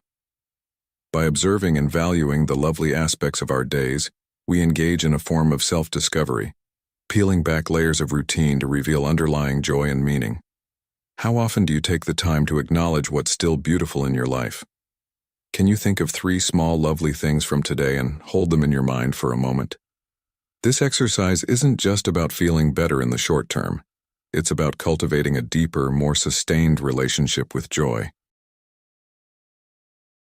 This approach to daily reflection helps to diminish the shadows of our inner turmoil and brings our quieter joys into the light of appreciation. The result? A life that feels less chaotic and more enriched. A life where creativity, calm, and contentment have room to grow. By making this a nightly practice, we not only honor the beauty in our lives, but also fortify ourselves against negativity. We become architects of our own happiness, crafting a life that acknowledges and transcends difficulties through a deliberate celebration of the lovely. Each evening, as we contemplate what's still beautiful, we weave these threads of joy into the fabric of our lives, strengthening our resolve and enriching our spirit. In this way, the simple act of recognizing beauty becomes a powerful tool for personal transformation, leading us toward a more joyful, creative, and serene existence. As we end our day, let's ask ourselves, what is still lovely? And let's take a moment to truly listen to the answer. The things you do after 8 p.m. determine who you are in this life.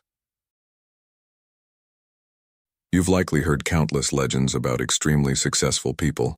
They wake up at the crack of dawn, they conquer the world, while others are just puttering around in the kitchen. So what do they usually do before going to sleep? The truth is, many believe that career and life success are only determined during the standard 8-hour workday.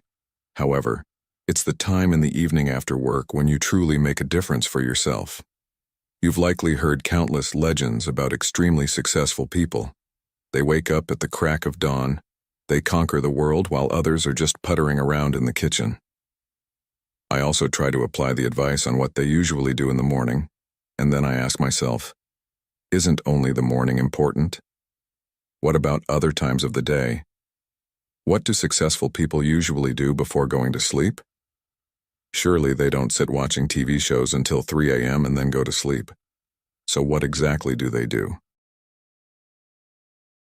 1. Walk and relax. In the tranquil hours post 8 p.m., the choices we make can profoundly shape our identities and trajectories in life. This idea is vividly exemplified by Joel Gascoigne, CEO of Buffer, who unwinds by strolling under the moonlight. For Gascoigne, these nightly walks are a deliberate ritual to decompress after a day's labor, setting aside unresolved tasks to rejuvenate both mind and body. He advocates that others, especially those with bustling schedules, should also carve out time to unwind in a similar fashion. This practice, he suggests, is not merely about relaxation but about preparing oneself for a productive tomorrow. Walking at night, especially without the constant companion of our phones, offers a rare opportunity for solitude and introspection, which can be incredibly rejuvenating. It's an exercise in mindfulness and presence, where each step can help dissolve the day's stress and clear the path for fresh thoughts and ideas. To enhance the value of such practices, consider the wisdom of the Stoic philosopher Seneca, who once said, "It is not that we have so little time, but that we lose so much. The life we receive is not short, but we make it so. We are not ill-provided, but use what we have wastefully." In the context of our modern lives, this could be interpreted as an encouragement to use our evenings not just to unwind, but to engage in activities that enrich our souls and sharpen our minds. Integrating a routine like Gascoigne's can be a stepping stone to discovering who we are when the sun sets. It is a testament to the power of stillness and the profound impact of doing nothing on our overall productivity and mental health. By committing to such practices, we open ourselves up to insights and energies that are often stifled by the incessant busyness of daytime hours. Moreover, adopting such evening rituals can be a transformative experience that aligns beautifully with the advice of ancient and modern thinkers alike. For instance, the celebrated phrase, "An unexamined life is not worth living," attributed to Socrates, invites us to reflect on our day, understand our actions, and plan our future moves in these quiet moments. In conclusion, the things we do after 8 p.m. indeed shape our lives profoundly. By choosing activities that foster relaxation, reflection, and rejuvenation, we prepare ourselves not just for the following day, but for a more fulfilled and conscious life. This approach not only maintains continuity in our routines but enhances our overall well-being, making each evening a foundation for the days to come. 2. Say no to electronic devices and social media. Turning off electronic devices and stepping away from social media after 8 p.m. might just be one of the most impactful decisions you make in your life. It's a practice championed by influential figures like Arianna Huffington, who learned this lesson the hard way. Arianna, a major media icon and founder of a renowned news platform, found herself in the emergency room exhausted from overwork and relentless digital engagement. This wake-up call led her to institute a personal rule: no electronic devices in the bedroom. Imagine this. You've just arrived home from a long day, and instead of diving back into a digital world, you choose to disconnect. By not checking emails or scrolling through social media, you give yourself the space to unwind and truly leave work behind. The evening hours become your sanctuary, a time for personal growth and relaxation. The only technology allowed? A simple alarm clock to signal the start of a new day. But why is this change so crucial? The blue light emitted from screens can disrupt your natural sleep cycle, tricking your body into producing wakefulness hormones when you should be winding down. By setting boundaries with technology, you enhance not just your sleep quality, but your overall well-being. Let's consider a relatable modern-day scenario. Sarah, a young professional, used to spend her evenings glued to her smartphone, catching up on emails and social media. After attending a wellness workshop, she decided to implement a digital detox after 8 p.m. The results were transformative: better sleep, improved mental clarity, and more time for meaningful interactions with her family. Now think about your own evening routine. What could change if you dedicated those hours to nurturing your mind and body rather than your digital connections? How might your life improve if the night became a time for rejuvenation instead of just another shift at the office of life? In conclusion, the habits you cultivate in the evening can significantly shape your quality of life. Embracing a digital detox after 8 p.m. not only enhances your sleep and well-being, but also redefines who you are outside the digital world. What steps will you take tonight to ensure a healthier, more fulfilling tomorrow? 3. Read books. Have you ever considered what this simple habit can reveal about you and your potential? Take the example of Bill Gates, a renowned billionaire who attributes a significant part of his success to a steadfast routine: reading books for 1 hour every day, no matter the circumstances. Imagine the discipline and dedication required to commit to this habit daily. What does this say about the importance of consistency in achieving greatness? Reading not only paves the way for accumulating knowledge, but also serves as a powerful tool for stress reduction. Consider this. Research has indicated that just 6 minutes of reading can reduce stress levels by a staggering 68%. Now, isn't that a compelling reason to pick up a book tonight? When we read, we're not just absorbing information, we're also expanding our understanding and empathy. Every page can transport us to different worlds, offer new perspectives, and challenge our preconceived notions. It's a journey of personal growth that continues well beyond the final page. So, how does this habit reflect on your personal and professional life? Are you utilizing this quiet time to foster growth and calm in your life? As Leo Tolstoy once said, "A man is a creature that can get accustomed to anything, and I think that is the best definition of him." This resilience and adaptability are nurtured through our habits, especially those cultivated in the tranquility of the evening. Now let me ask you, what could you achieve if you dedicated just 1 hour each evening to reading? How might your life change if you embraced this quiet, reflective time as an opportunity for growth and relaxation? Engage with this thought and perhaps share what book has profoundly impacted your life. Remember, the things you do after 8 p.m. could very well determine who you are in this life. Isn't it worth exploring what a simple book could do for you? 4. Plan for tomorrow. The twilight hours beyond 8 p.m., often dismissed as mere downtime, hold profound potential to shape your destiny.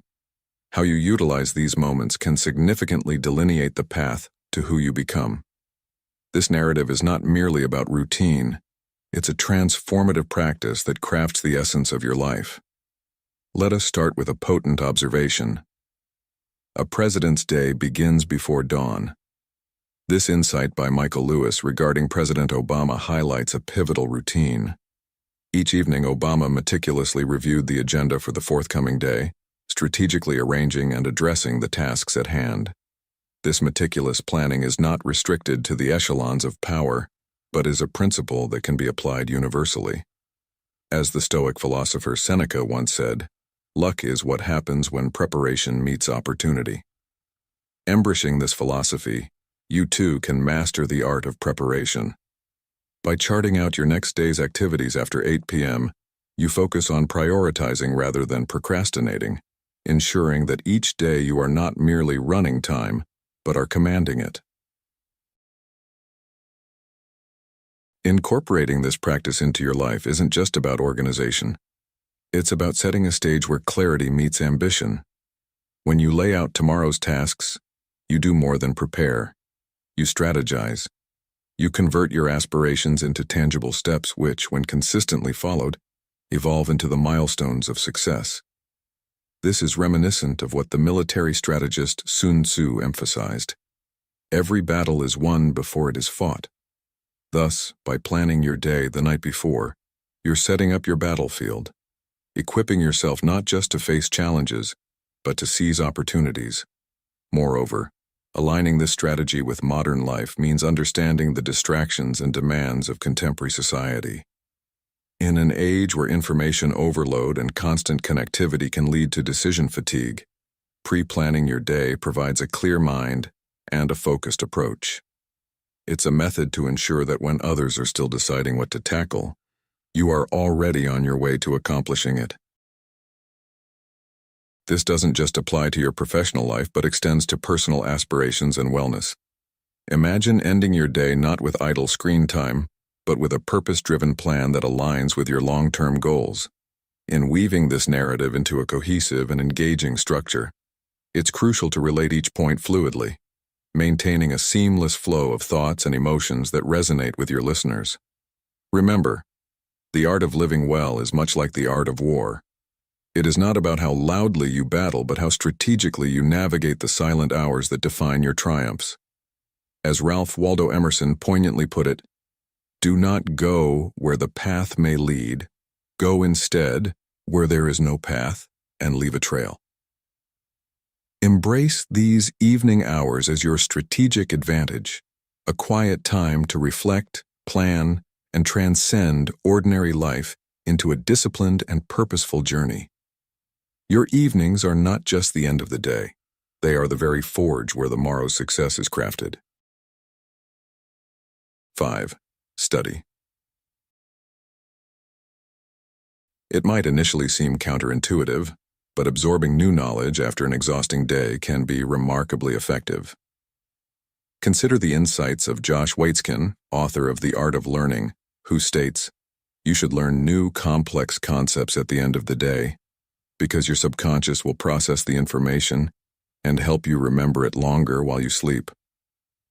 This suggestion is not just a random tip, but a strategy grounded in the understanding of our cognitive processes. Imagine a young professional named Mia. After a long day of meetings and deadlines, Mia spends her evenings diving into online courses in graphic design, a field she's passionate about, but hasn't had time to explore during her regular working hours. Each night, as she learns something new, she goes to sleep with those concepts marinating in her mind. Over time, not only does Mia find that she remembers these lessons better, but she also starts applying them in her day-to-day work, enhancing her skills and confidence. Now, why does this matter to you? Think about the last time you learned something significant. Was it scheduled during your free time, or did you squeeze it into your busy schedule? The quiet hours of the evening can be your sanctuary for growth and self-improvement. They represent a time when distractions diminish and focus can flourish. So what are you dedicating your post-8 p.m. hours to? Are you using them to watch endless TV series, or are you investing in your personal and professional growth? The activities you choose during these crucial hours profoundly shape who you are and who you become. Engaging in evening learning can be transformative, not just in accumulating knowledge but in fostering a habit of lifelong learning and curiosity. Each evening offers a new opportunity to build on the previous night's progress, creating a powerful cumulative effect over time. And as you journey through this process, remember, the dedication you show during these hours does not just benefit your career, It enhances your overall life satisfaction. To wrap up, consider this. The commitment to learning and growing during the late hours is a testament to your determination and vision for yourself. What step will you take tonight to move closer to the person you aspire to be? Reflect on this, and let your evenings be a time of meaningful advancement, not just passive consumption. 6. Write down your worries. It's often said, the evening hours are where dreams are made or broken. Indeed, the practices you engage in after 8 p.m. profoundly shape your life's trajectory. Imagine yourself winding down after a day's hustle, your mind swirling with unresolved issues that threaten to steal your night's peace. It's a common scenario for many, and perhaps for you as well. One effective strategy to reclaim your calm is one utilized by Brian Scudamore, the CEO of 1-800-GOT-JUNK. He recommends writing down your worries before bed. This simple act of transferring your thoughts from mind to paper can have a transformative effect. Why? Because, as you might often feel, unresolved issues can lead to a night of tossing and turning, where sleep feels more like a battle than a rest. But there's more to this practice than meets the eye. Scientific studies back up this approach, revealing that jotting down the problems you're grappling with not only helps to clear your mind but also reduces negative thoughts. It provides a more comprehensive view of the challenges ahead, paving the way for clearer thinking and better problem solving. Consider this. When you write your worries down, you're not just noting them, you're disentangling them from your emotions. This can lead to insights and solutions that seemed elusive when those thoughts were just swirling around in your head. Now think about how this could change your evenings. Instead of being the time when worries weigh heaviest, the hours after 8 p.m. could become a period of reflection and clarity. This shift not only improves your night's sleep, but also sets a positive tone for the following day. The great philosopher Seneca once said, "We suffer more often in imagination than in reality." Isn't it true that our minds often magnify problems, making them seem insurmountable? By writing them down, you might find that they are more manageable than they first appeared. So let me ask you, what keeps you awake at night? What worries could you write down this evening to clear the path for a peaceful night and a productive tomorrow? Remember, the things you do after 8 p.m. really do determine who you are in this life. Let tonight be the night you start crafting a more deliberate and thoughtful path forward. Engage in this simple practice and watch how it begins to reshape your evenings and ultimately your life. As we conclude today's video on the 5 questions to ask yourself every evening, I hope these insights inspire you to embrace a more reflective end to your day, enhancing both your understanding and appreciation of life's complexities and beauties. These simple, yet profound questions can transform not just your evenings, but your entire approach to life. If you found value in our discussion and are eager to incorporate these practices into your daily routine, please consider liking this video and sharing it with someone who might also benefit from this thoughtful approach to personal growth. Don't forget to subscribe to Stoic in Your Life and hit the notification bell so you never miss out on our upcoming videos. We are here to help you navigate life's challenges with greater calm and clarity. Join our community and let's continue this journey of self-discovery together. Thank you for watching, and remember to reflect deeply, live wisely, and think stoically.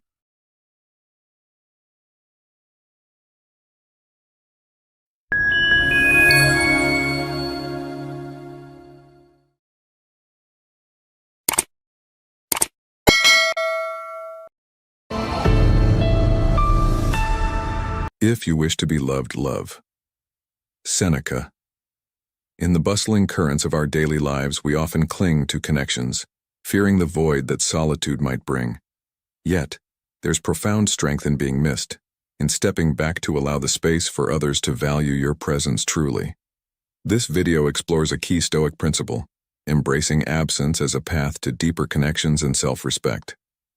We will delve into why letting go is not just about detaching from others, but about redefining how we engage with the world, making our re-entrance into people's lives more impactful and meaningful.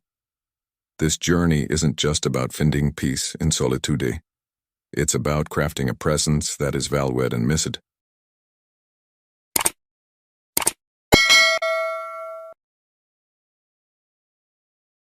One, the value of being alone. Ever wonder why the silence of solitude can sometimes speak louder than the roar of the crowd? Let's delve deep into the transformative power of being alone, an exploration championed by the Stoics and vitally relevant in our relentless world. In the tapestry of life, the value of being alone often emerges as a profound truth, sometimes infinitely more enriching than the presence of those who may not uplift or understand us.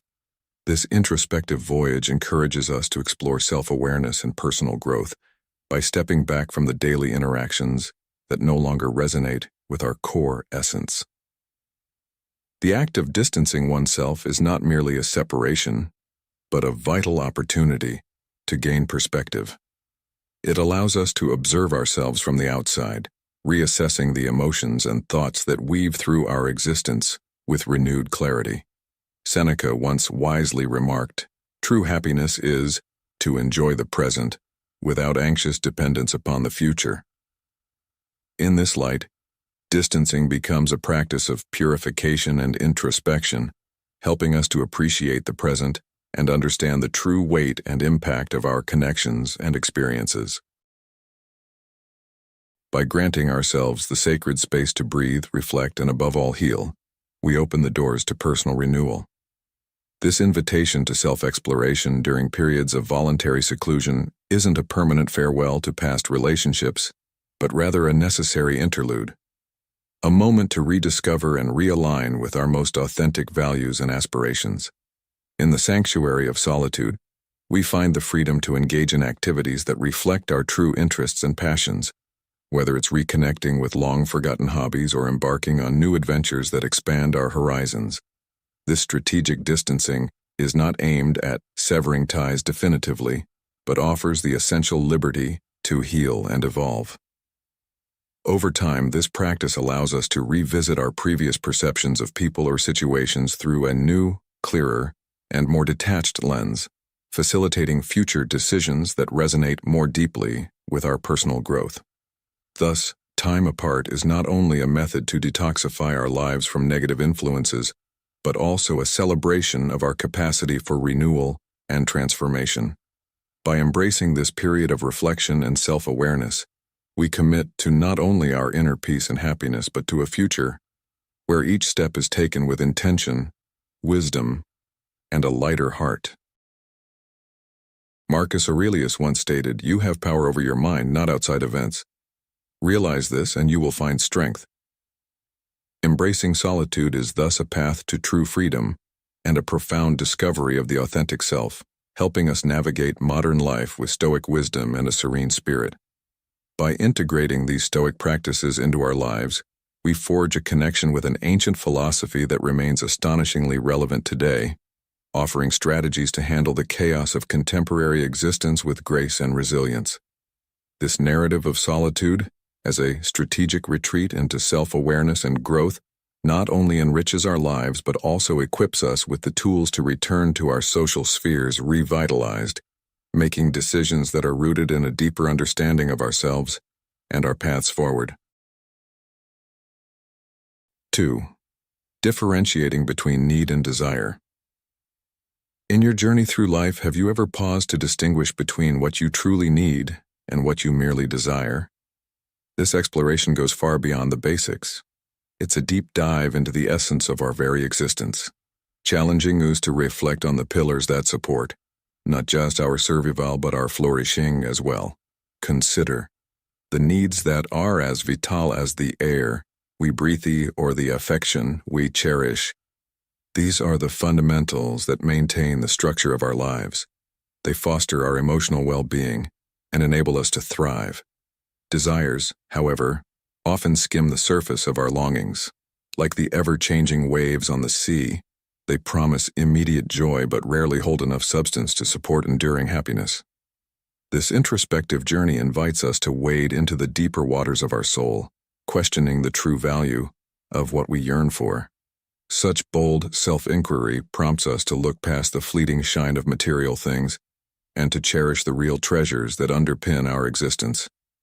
It's about liberating ourselves from unnecessary attachments, not just detaching, but cultivating a deep appreciation for what we already possess. In this light, gratitude transforms. It becomes more than a simple acknowledgement. It emerges as a transcendent state, celebrating the fulfillment found in simplicity and authenticity. This Stoic philosophy echoes through the ages, particularly in the words of Seneca, who once said, "It is not the man who has too little, but the man who craves more that is poor." This wisdom encapsulates the notion that true richness comes not from an excess of possessions, but from the liberty to desire less, right? Finding contentment in what truly matters. Now, imagine a young professional consumed by the pursuit of the latest tech gadgets, believing each new device brings happiness. Yet with each acquisition, the satisfaction quickly fades, replaced by a new desire. This cycle of craving and brief fulfillment continues until they encounter Stoicism. Reflecting on Seneca's words, they begin to reassess their pursuits, gradually shifting their focus from acquiring more to appreciating what is already within their grasp. Their life simplifies, satisfaction deepens, and ironically, they find themselves genuinely happier with less. So, what does this mean for you? Are there areas in your life where the line between need and desire has become blurred? How might your life change if you focused on appreciating what you already have, rather than acquiring more? This isn't just about physical possessions. It extends to relationships, career aspirations, and personal goals. Remember the core lesson from our Stoic guides. Wealth is not found in the abundance of possessions, but in the richness of a contented heart. Cherish simplicity and let your desires be few. What steps can you take today to move towards this profound simplicity and deeper appreciation in your own life? 3. Being strictly rational. Embarking on the Stoic path, particularly through the practice of strict rationality, compels us to confront a world often overwhelmed by excess. Here, the Stoic journey isn't merely about self-denial, but about discerning the essential from the superfluous here. A vital act that Marcus Aurelius described as separating the wheat from the chaff. This discernment becomes not just a choice, but a profound declaration of authenticity, returning us to our truest selves. Have you ever considered what truly drives your decisions? Is it need or is it desire masked as necessity? In each moment of gratitude or genuine satisfaction, we witness an affirmation of our ability to find meaning and joy in what is fundamentally valuable and lasting. These instances are not fleeting. They are the bedrock upon which we can build a life of contentment. As Epictetus said, wealth consists not in having great possessions but in having few wants. This sentiment rings especially true in our journey toward rationality, where every emotional response and every heartfelt desire is acknowledged but placed under the scrutiny of reason. Here, in the cool domain of logic, emotions are guests but not the masters of our decisions. As we embark on this voyage of strict rationality, we are invited to deeply examine the foundations of our relationships and life situations. This introspection is a call to honesty, a chance to ask ourselves, do the connections I maintain support my growth, or do they bind me to outdated patterns and unfounded fears? Consider this. What are the pillars that truly support your growth, and what might actually be chains in disguise? By adopting a strictly rational approach, we unlock a level of clarity that allows us to navigate life's complexities with unprecedented precision. It pushes us to meticulously weigh the pros and cons, compelling us to face the rationalizations that often justify why certain people and situations remain in our lives. As we delve into this analysis, we must ask ourselves, are we merely accommodating the familiar, or are we courageously pursuing what genuinely fosters our growth? Stoicism teaches us that true empowerment comes from within, and that by embracing rationality, we can steer our lives with a clarity that transcends the emotional turbulence that often clouds judgment. This path is demanding. It requires us to be present, mindful, and incredibly honest with ourselves. It's a journey of constant questioning and relentless curiosity about our own motives and the authenticity of our external attachments. So, I invite you to reflect on this. As you consider the people and situations in your life, are they truly enhancing your journey, or are they remnants of a past self? How can you apply strict rationality today to make decisions that are aligned with your truest, most authentic self? This introspective journey of Stoicism, guided by the principles of strict rationality, isn't just about understanding life. It's about transforming it. It's a transformation that begins with a single, powerful question and unfolds into a lifetime of discovery and authenticity. As you navigate this path, remember that each step taken in awareness and rational evaluation is a step towards a life not just lived, but truly understood. 4. Exercising control over our perceptions and reactions. Engaging with the Stoic principle of exercising control over our perceptions and reactions can transform not just how we view our challenges, but how we engage with the world. Many of us, especially men in the prime of life, grapple with justifications rooted in deep-seated habits, fears of loneliness, or a fragile self-esteem. These often skew our perceptions and hinder our growth. But Stoicism, a beacon of rationality and resilience, offers a potent remedy to these distortions. Marcus Aurelius, a stalwart of Stoic philosophy, once profoundly stated, "You have power over your mind, not outside events. Realize this, and you will find strength." This quote encapsulates the essence of Stoicism, recognizing that while the whims of fate are beyond our control, we wield absolute power over our interpretations and reactions.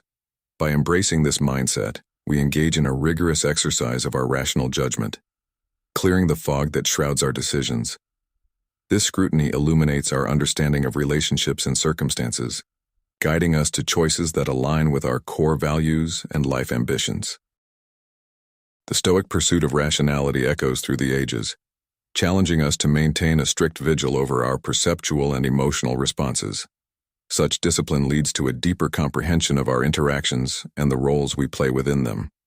As we dissect our reactions and understand their roots, we grow closer to achieving a life marked by informed, healthy decisions. Moreover, acceptance of change is fundamental in Stoic thought. It invites us to recognize the impermanence that defines human existence. This realization is vital, for change is not merely a backdrop, but the very fabric that weaves the tapestry of our lives. As we come to terms with this, we set forth on a transformative journey, a dance with the incessant flow of the universe, discovering uncharted paths and new possibilities for growth. As we apply these ancient teachings to modern life, we find that Stoicism offers more than just personal peace. It provides practical strategies for leading a fulfilled and balanced life.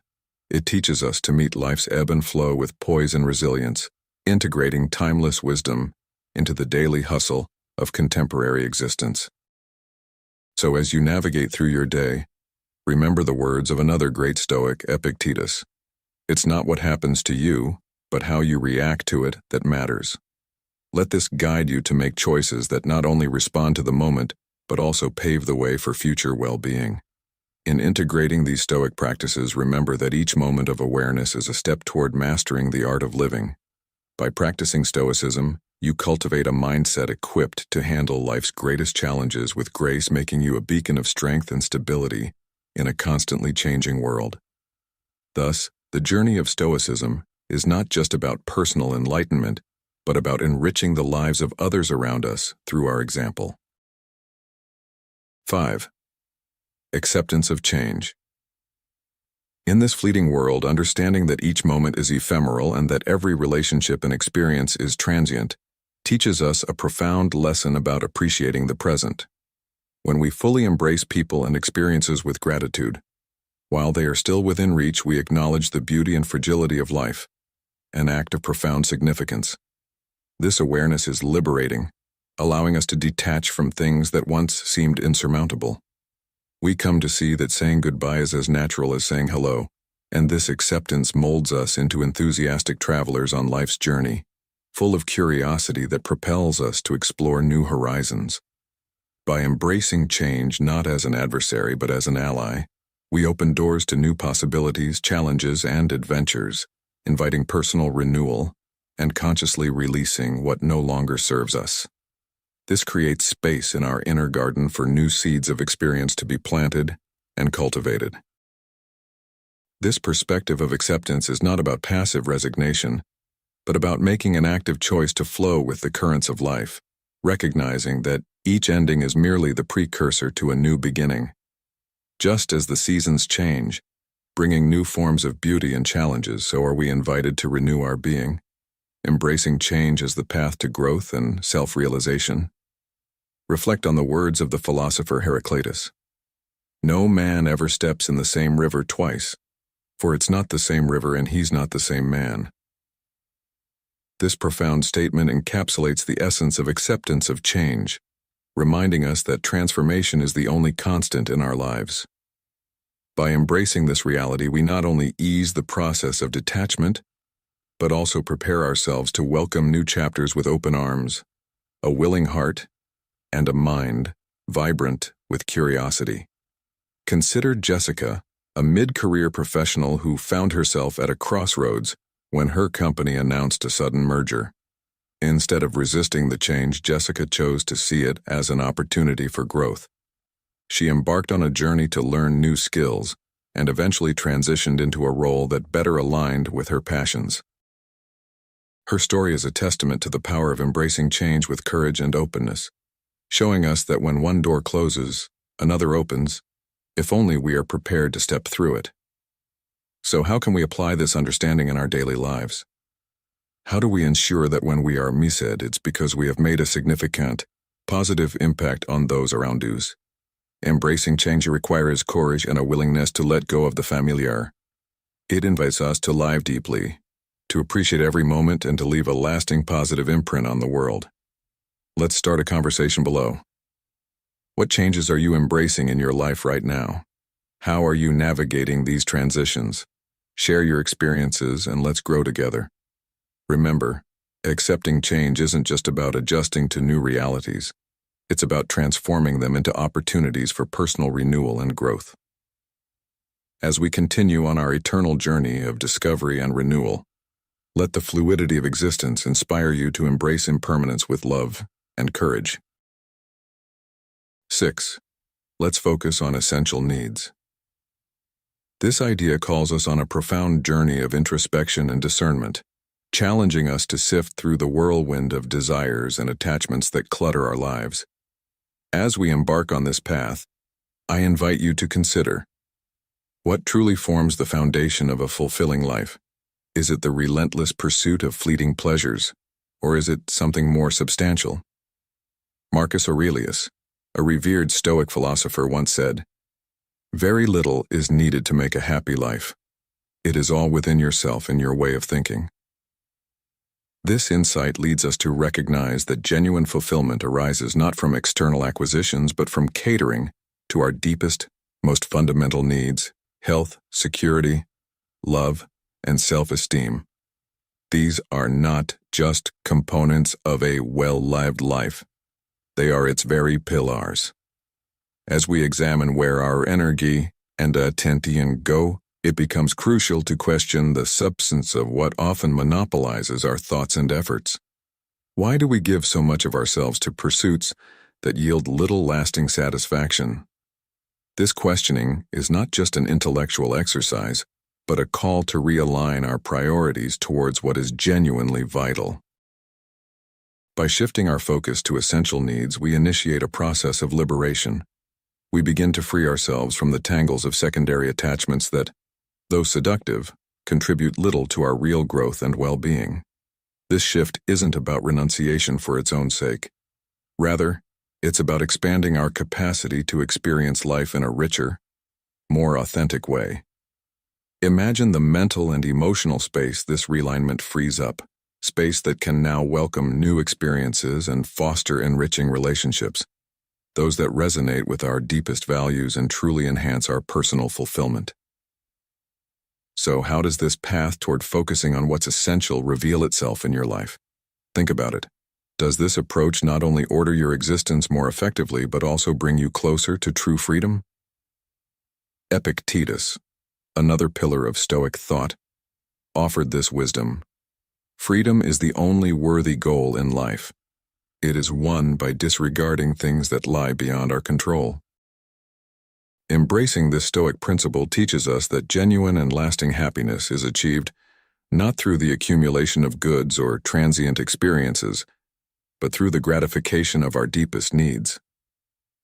This fulfillment is a powerful testament to the transformative effect of focusing on what truly matters. It's an approach that enables us to live with greater purpose, peace, and contentment. As you reflect on these ideas, ask yourself, what are the essential needs that, when satisfied, profoundly impact my sense of well-being and fulfillment? How might my life change if I focus more on these and less on fleeting desires? By engaging with these questions, you step into a broader dialogue about what it means to live a good life, guided by the wisdom of Stoicism. This isn't just about personal growth. It's about cultivating a life that resonates with the core of who we are. Let this be an invitation to you, to all of us, to reassess our priorities and embrace the freedom that comes from focusing on what is truly essential. 7. The pursuit of new experiences.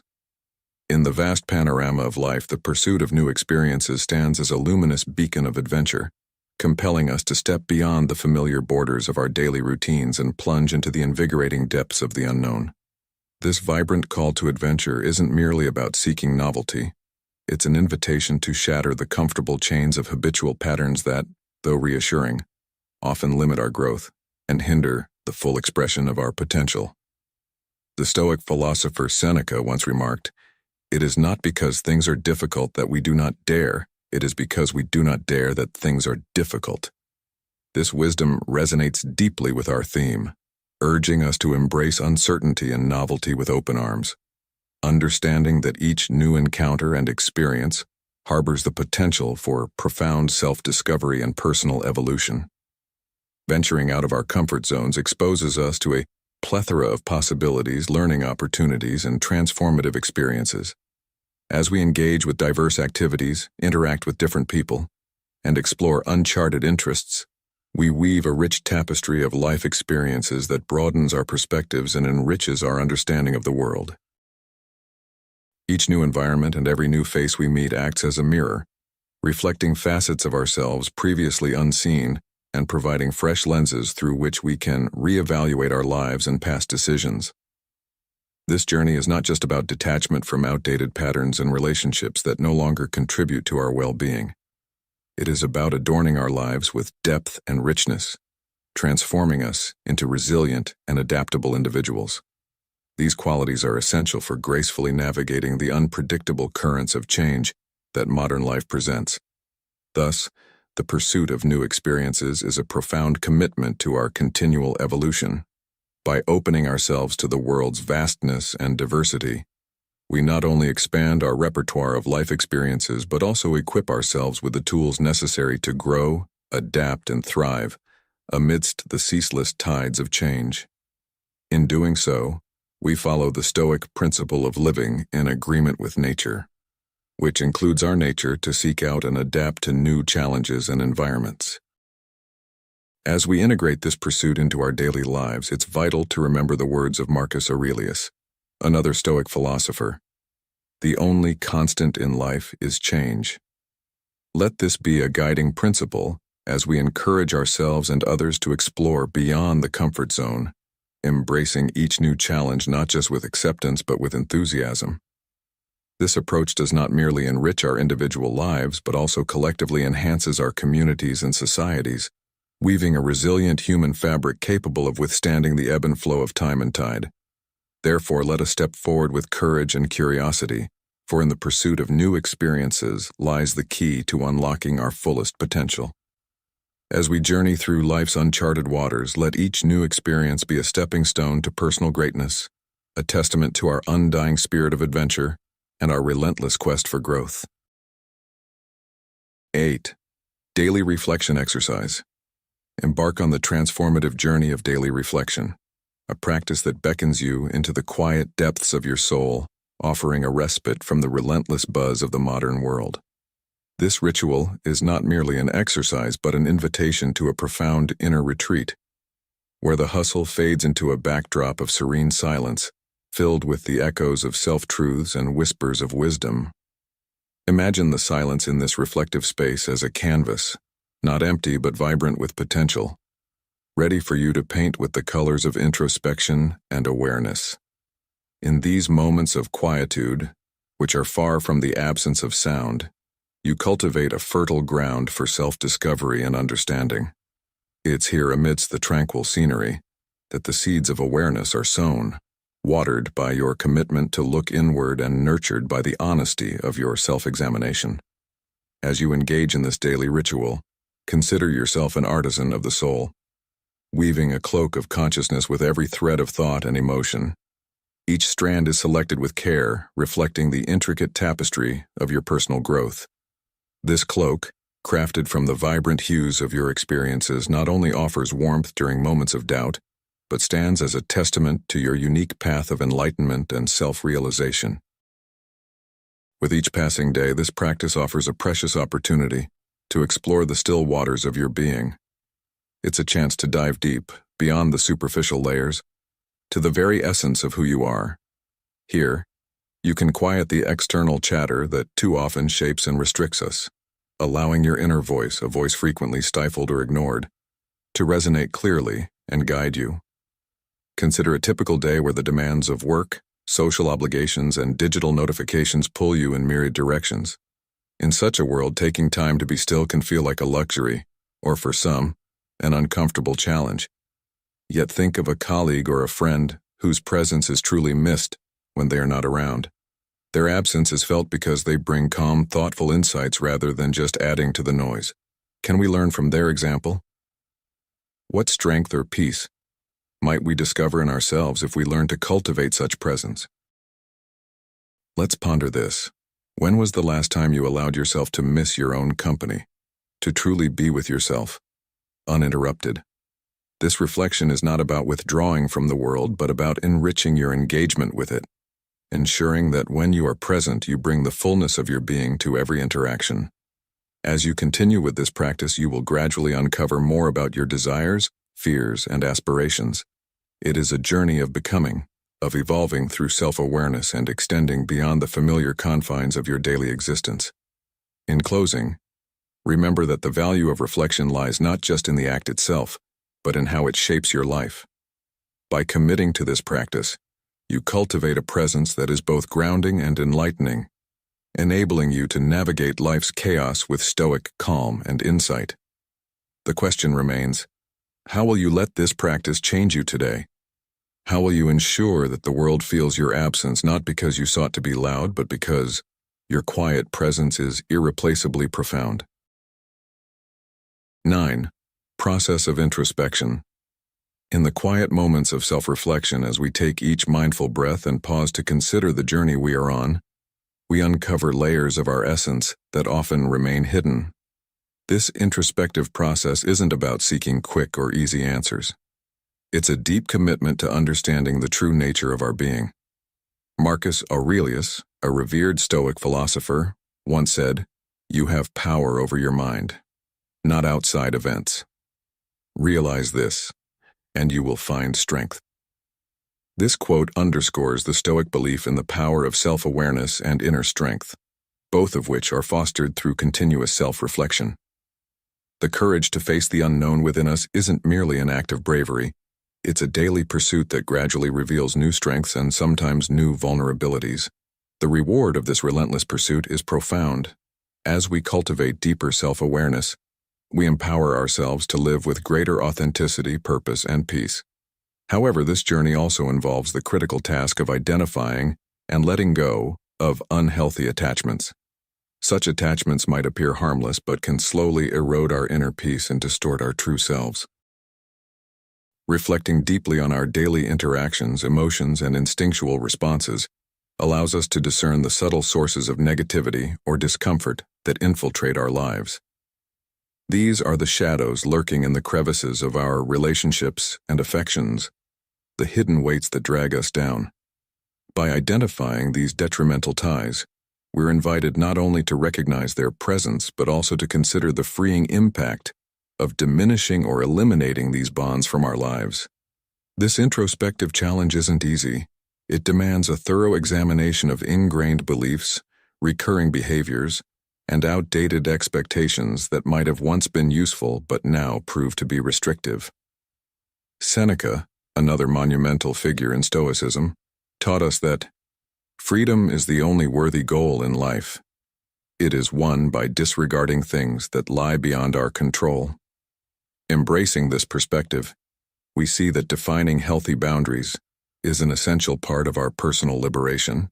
It lights the way forward, offering us a chance not just for healing, but for true transformation. As you listen to these words, ask yourself, what are the attachments that I need to let go of? How might my life change if I could free myself from these burdens? Engage with this content, reflect on it, and let it resonate with your own experiences. Remember, the path of Stoicism is not just about enduring life's challenges. It's about transforming them into opportunities for personal growth and enduring serenity. How will you apply these insights to your daily life, ensuring that each day is not just lived but is lived well? 10. Effective communication. In the bustling tapestry of modern life, where the echoes of ancient Stoic wisdom subtly resonate with the contemporary soul, the concept of learning to be missed unfolds a profound narrative that intertwines the Stoic philosophy with the art of effective communication. At the heart of this narrative lies the Stoic admonition from Epictetus: don't explain your philosophy, embody it. This encapsulates the quintessence of Stoicism, living authentically and with purpose in a manner that others not only notice our absence, but feel the weight of it when we are not present. Effective communication of our needs, when deeply rooted in authenticity and mutual respect, transcends being merely a tool. It becomes an integral part of maintaining internal balance and nurturing a peaceful and integrated self. This communication is not about verbosity, but about the value of silence and the spaces between words where understanding brews. It's in these silences that we learn to be missed, where our unspoken words gather strength and our absence is felt more profoundly. The Stoic practice of detachment serves not just as a method for personal equilibrium, but as a strategy for interpersonal influence. Recognizing and detaching from unhealthy attachments is an invitation to deep introspection, a reflective look at who we are, the choices we make, and the external influences we permit to shape our lives. Marcus Aurelius, a Stoic emperor, once stated, "You have power over your mind, not outside events. Realize this, and you will find strength." This perspective is crucial as it underscores the importance of internal control and the rejection of external disruptions that could derail our emotional and mental stability. As we tread this path of rediscovery, we are encouraged to redefine our priorities and reconnect with our true values. This reconnection is essential for fostering a life not just of external achievement, but of internal fulfillment and authenticity. The Stoic principle of understanding what is within our control helps us establish boundaries for our desires in a world where excess is often mistaken for success. It teaches us that setting limits is not about deprivation, but about discerning what genuinely enriches our lives. Delving deeper into the nature of our desires, we are prompted to distinguish between essential needs, those that genuinely contribute to our happiness and well-being, and fleeting desires, those arising from momentary whims or societal pressures. This discernment is vital, pushing us towards greater self-control and introspection. As we draw firm boundaries around our aspirations, we are not just practicing restraint. We are cultivating a deeper appreciation for what we already possess and recognizing the sufficiency and beauty in simplicity. In a powerful twist of perspective, gratitude emerges as a formidable antidote to the insatiability that plagues contemporary existence. By anchoring our hearts in the present and appreciating what we have, we counteract the relentless pursuit of more. Gratitude enhances our life's tapestry not by adding more threads but by illuminating those already woven. Seneca, another Stoic luminary, beautifully captures this sentiment. It is not the man who has too little, but the man who craves more, that is poor. Through these principles, the Stoic philosophy not only offers a lens to view our modern challenges, but also provides practical tools to enhance our interpersonal relations and our self-understanding. The journey through learning to be missed is ultimately about cultivating presence, both in being with others and in the silence of our absence, where our essence is most profoundly felt. This narrative does not merely aim to instruct, but to transform, urging us to live a life that is not only observable when we are present but also deeply felt and valued when we are not. 11. Setting limits for our desires. The art of setting boundaries for our desires emerges not as a form of self-denial but as a profound practice of self-awareness and authenticity. When we consciously choose what we allow into our lives, we are not merely shedding unnecessary clutter. Rather, we are selecting to pursue genuine aspirations that truly enhance our existence and promote our personal growth. This alignment of our wants with our core needs and values serves as a pivotal force for personal fulfillment and sustained satisfaction. Let's consider the life of Alex, a successful corporate lawyer. His daily routine was packed from dawn to dusk with meetings, client calls, and endless piles of paperwork. Though his professional life thrived, his personal life suffered, leading to a profound sense of emptiness. It was only when Alex began to apply Stoic principles, particularly reassessing his desires, that he noticed a shift. He started by setting strict boundaries for his work hours and mindfully choosing activities that aligned with his true passions, such as spending more time with his family and reconnecting with old hobbies. This change didn't reduce his professional success. Rather, it enhanced his overall happiness and contentment in life. Now think about your own life. What are the extras that occupy your space without adding real value? Are there commitments or pursuits you cling to out of habit rather than genuine interest? Through the Stoic practice of limiting our desires, we find a way out of the cycle of frustration and chronic dissatisfaction.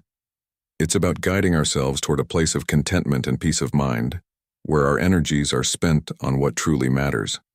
As we strip away the non-essential, we make room for authentic growth and deeper connections. As you reflect on this message, consider how you can apply these principles in your daily life. What changes can you make to align more closely with your true values? Remember, the goal is not to diminish joy or ambition, but to create a more fulfilling and meaningful existence.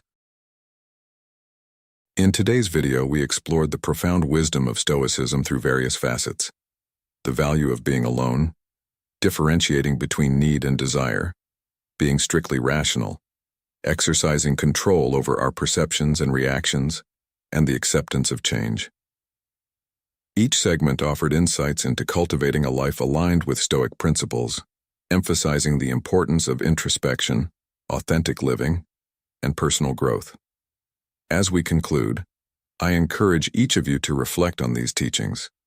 Consider how you might integrate these principles into your daily routine to enhance your personal development and happiness. How can you apply the concept of being alone to better understand yourself, or differentiate more clearly between your needs and desires to simplify your life and focus on what truly matters? I invite you to share your thoughts and experiences in the comments below. Which of these Stoic principles resonated most with you today? How do you plan to implement these ideas in your own life? Engaging in this discussion not only enriches our community, but also deepens your own understanding and commitment to these practices. Remember to like, share, and subscribe to Stoic in Your Life for more insights into how Stoicism can guide us through the modern world. Together, let's continue our journey of evolution, embracing the Stoic wisdom that teaches us to cherish the present and cultivate a life of purpose and peace.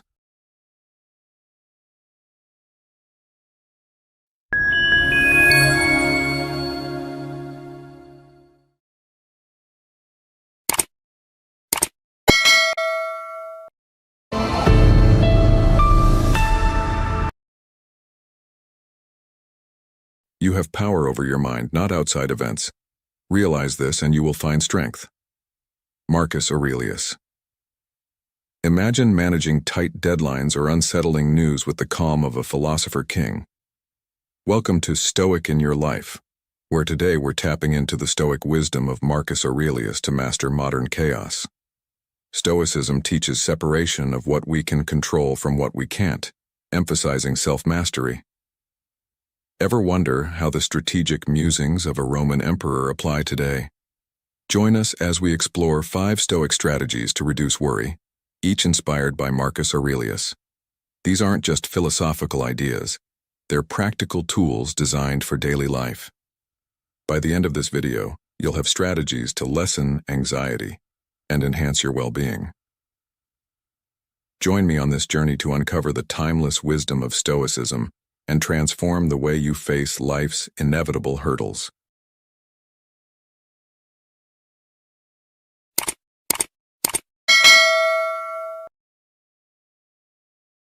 One, understand what is in your control.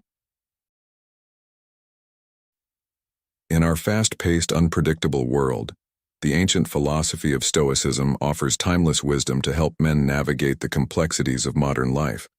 At the heart of this philosophy is the practice of focusing on what we can control and releasing our grip on what we cannot. This approach, endorsed by the Stoic philosopher Marcus Aurelius, provides a powerful framework for developing resilience and achieving peace of mind.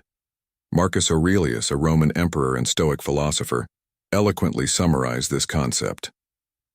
Some things are in our control and others not. Things in our control are opinion, pursuit, desire, aversion, and, in a word, whatever are our own actions. Things not in our control are body, property, reputation, command, and in one word, whatever are not our own actions. This foundational principle of Stoicism teaches us to distinguish between our own actions, which we can control, and external outcomes which are often beyond our reach. Consider the modern challenge of a job interview. A Stoic approach would advise focusing on your preparation, researching the company, refining your responses, and presenting yourself confidently. These aspects are within your sphere of influence. However, whether the interviewer will favor you over other candidates or their personal biases are not within your control. By concentrating on your preparation, you direct your efforts where they will be most effective, thereby reducing anxiety about the interview's outcome. This principle extends beyond job interviews to other areas of life. In relationships, for example, you can control your behavior and how you respond to conflict, but you cannot control how your partner responds or feels. Similarly, in health, you can choose to eat well and exercise, but you cannot control the genetic predispositions or unexpected illnesses. Another Stoic, Epictetus, offers further insight. We are not disturbed by what happens to us, but by our thoughts about what happens. This highlights the importance of perception in our experience of stress and anxiety. By changing our perceptions, we can often change our emotional response to situations, aligning more closely with what we can control.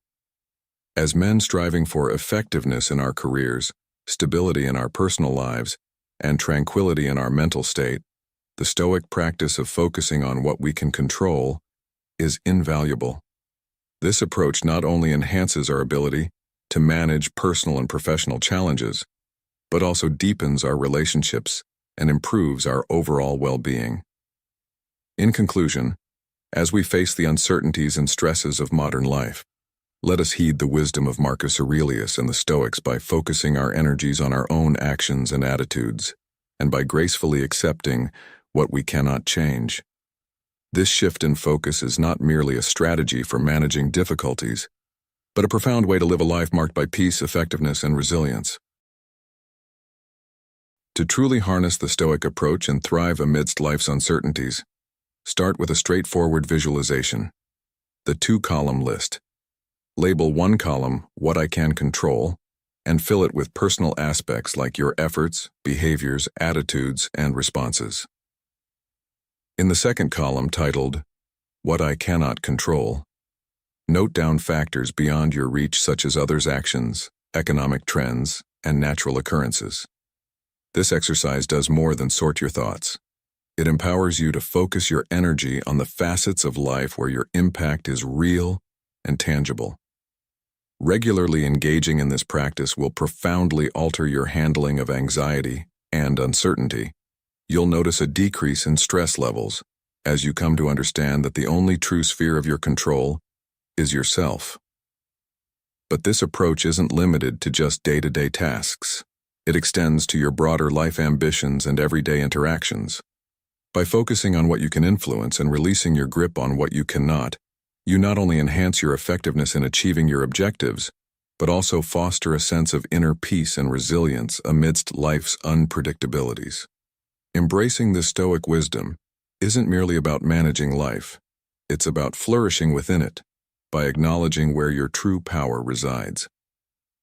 Through this practice, you equip yourself not only to better manage stress and uncertainty, but to lead a balanced life, responsive and proactive in equal measure. It's important to remember that adopting Stoic principles doesn't cause life's challenges to disappear. Rather, it prepares you to confront them with greater serenity and efficacy. As you apply this technique, watch your focus shift from dwelling on fears and frustrations to concentrating on actionable steps and possibilities. This change marks a pivotal step in living a life infused with Stoic wisdom, a life characterized not by the absence of problems, but by tranquility through understanding and acceptance. Let's consider a modern example to illustrate this principle in action. Imagine Sarah, a project manager facing sudden budget cuts and project delays. Initially overwhelmed, she draws on Stoic strategies, listing what she can control, her team's workflow and her communication, and what she can't, the company's financial decisions and market conditions. This simple act refocuses her energy on productive solutions rather than unproductive worry, leading her team effectively under pressure. How might adopting a similar focus on control help you navigate your challenges more effectively? Reflect on this as you consider the areas of your own life where embracing Stoic wisdom could lead to greater peace and resilience. Through such practices, we learn not just to survive life's storms, but to navigate them with a steady hand and a calm spirit, fully embodying the essence of Stoic tranquility. Remember, it's not about avoiding the storms of life, but about learning to sail our ship as skillfully as possible through them. 2. Live in the present.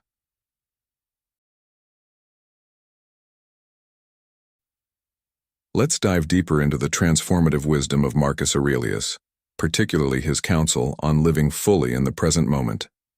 Marcus Aurelius, a Stoic philosopher and Roman emperor, once stated, "Do not dwell in the past, do not dream of the future, concentrate the mind on the present moment."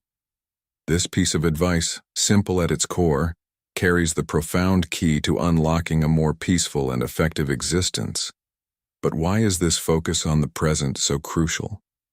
It's because the present moment is the only place where we can truly exert our influence, make decisions, and take concrete actions toward living a fulfilling life.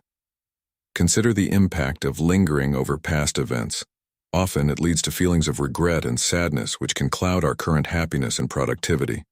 Similarly, excessively worrying about the future can create anxiety and fear, robbing us of our present joy and effectiveness. In stark contrast, embracing the present offers a powerful opportunity to exercise control over our actions and emotions. The philosophy of Stoicism, which Aurelius practiced and preached, teaches us to direct our energy and attention in ways that enhance our immediate engagement with the world around us. By focusing solely on the now, we free ourselves from the burdens of past mistakes and the uncertainties of what lies ahead.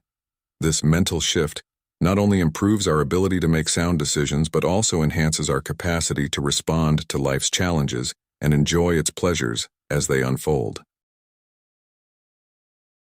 How can we practically apply this ancient wisdom to modern life? It starts with cultivating mindfulness through simple daily exercises. Mindfulness doesn't require elaborate setups. Rather, it involves practical, routine practices like meditation. Meditation can be as straightforward as sitting in a quiet place and focusing on your breathing, or paying attention to the physical sensations in your body or the sounds that drift to your ears, always bringing your wandering mind back to the current moment when it strays.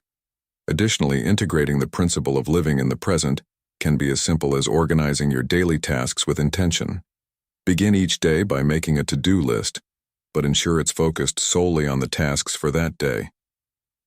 As you work through your list, give each task your undivided attention.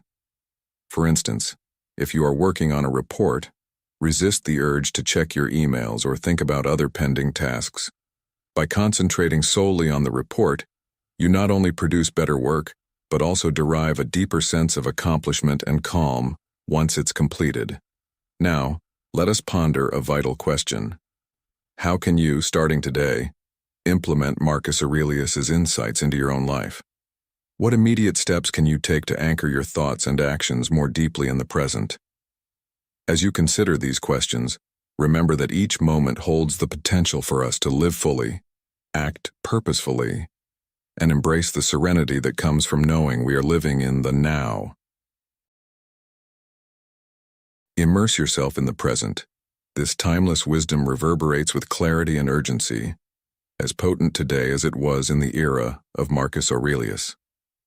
Stoicism, with its roots deep in pragmatic philosophy, beckons us to simplify our existence down to the very moments we inhabit. This ancient guidance is not merely about self-improvement. It acts as a vigorous call to action, compelling us to eliminate distractions and engage wholly in the present moment. Reflect upon this profound insight from Seneca, another esteemed Stoic philosopher. True happiness is to enjoy the present without anxious dependence upon the future. This principle underscores the quintessential Stoic practice of present-mindedness. It's not an exercise in ignoring our past or future, but rather in giving them their due place. Important yet not dominating. They are to inform, not dictate, our actions and thoughts in the now. In mundane activities like eating or walking, we're encouraged to focus solely on the activity at hand, ensuring that our minds do not wander to past mistakes or future worries. The impact of such focused mindfulness is significant. It not only boosts our personal efficiency and emotional peace, but also extends its benefits to our interpersonal relationships. By being genuinely present with others, whether with family, friends, or colleagues, you demonstrate profound respect and appreciation for them, presenting them with your most valuable asset, your undivided attention and time. This genuine engagement fosters deeper connections and communicates that you are truly with them at that moment, fully and attentively. Marcus Aurelius promoted an active, vibrant engagement with the present, advocating not for passivity but for a dynamic and mindful participation in life's immediate experiences. This form of active presence helps us understand that life is a sequence of present moments, each a chance to live fully, rather than opportunities lost to distraction. This level of mindfulness brings about a serenity and a sense of empowerment, offering a Stoic remedy to the often chaotic modern existence. Adopting this perspective transforms us fundamentally. It equips us to handle life's challenges with grace and poise, and to savor the simple joys of life as they come. This shift is not just about enjoying the moments, but about reshaping our entire life approach. As Epictetus eloquently put it, don't explain your philosophy, embody it. By living out this philosophy, every step we take moves us closer to a more serene, centered way of being, fully prepared to face whatever life may present. In today's fast-paced, distraction-filled world, The Stoic admonition to remain present is not merely philosophical counsel. It is a vital strategy for living. This approach helps us steer through life's tumults with an inner calm, ensuring that we are truly alive and engaged in the countless fleeting moments that define our existence. 3. Your mind is your best fortress. Marcus Aurelius, one of the great Stoic philosophers, profoundly captures a central tenet of Stoicism with his reminder: "You have power over your mind, not outside events. Realize this, and you will find strength."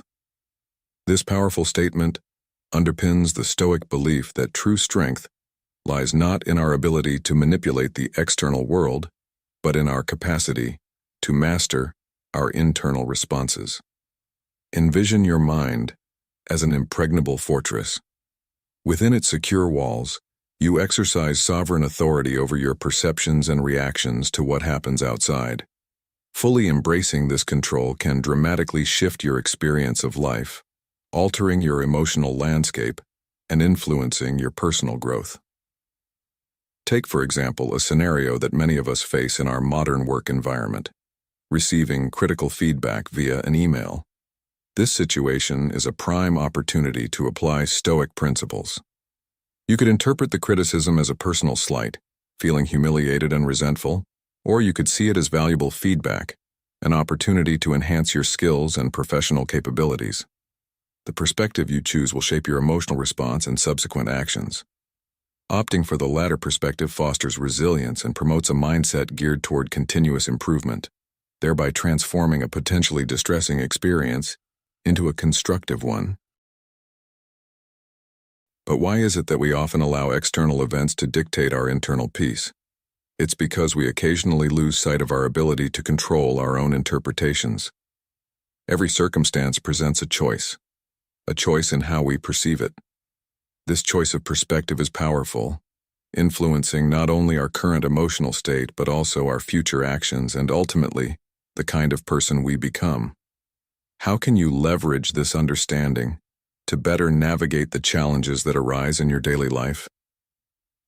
As we wrap up this discussion, reflect on the recent events in your life where you might have allowed external conditions to dictate your emotional well-being.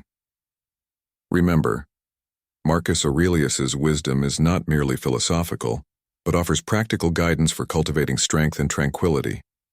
By mastering the power of your mind, you can turn life's adversities into avenues for personal empowerment. By employing specific Stoic strategies like cognitive reframing and positive affirmations, we can reshape our reactions and navigate life's hurdles with resilience and optimism. Let's delve deeper into the concept of cognitive reframing. This technique involves a deliberate shift in your mental perspective to view a situation in a more positive or realistic light. For instance, consider you're caught in a traffic jam. Instead of stewing over the lost time, why not reframe this as an unexpected gift of solitude? This could be an ideal time to engage in an activity you enjoy, like listening to a favorite podcast or music, thereby transforming a stressful situation into an enjoyable respite. The external circumstances remain unchanged, but your perception of them alters, which can dramatically lessen their emotional impact on you. Next, let's explore the potent role of positive affirmations. These are succinct, powerful statements that, when repeated frequently, can significantly influence your mindset. Affirmations such as, "I am in control of my responses," or "I choose to find positive opportunities in everything I encounter," serve to bolster a positive mental outlook. This, in turn, fortifies you against daily stresses and challenges. Consider how often you affirm your capabilities and strengths during difficult times.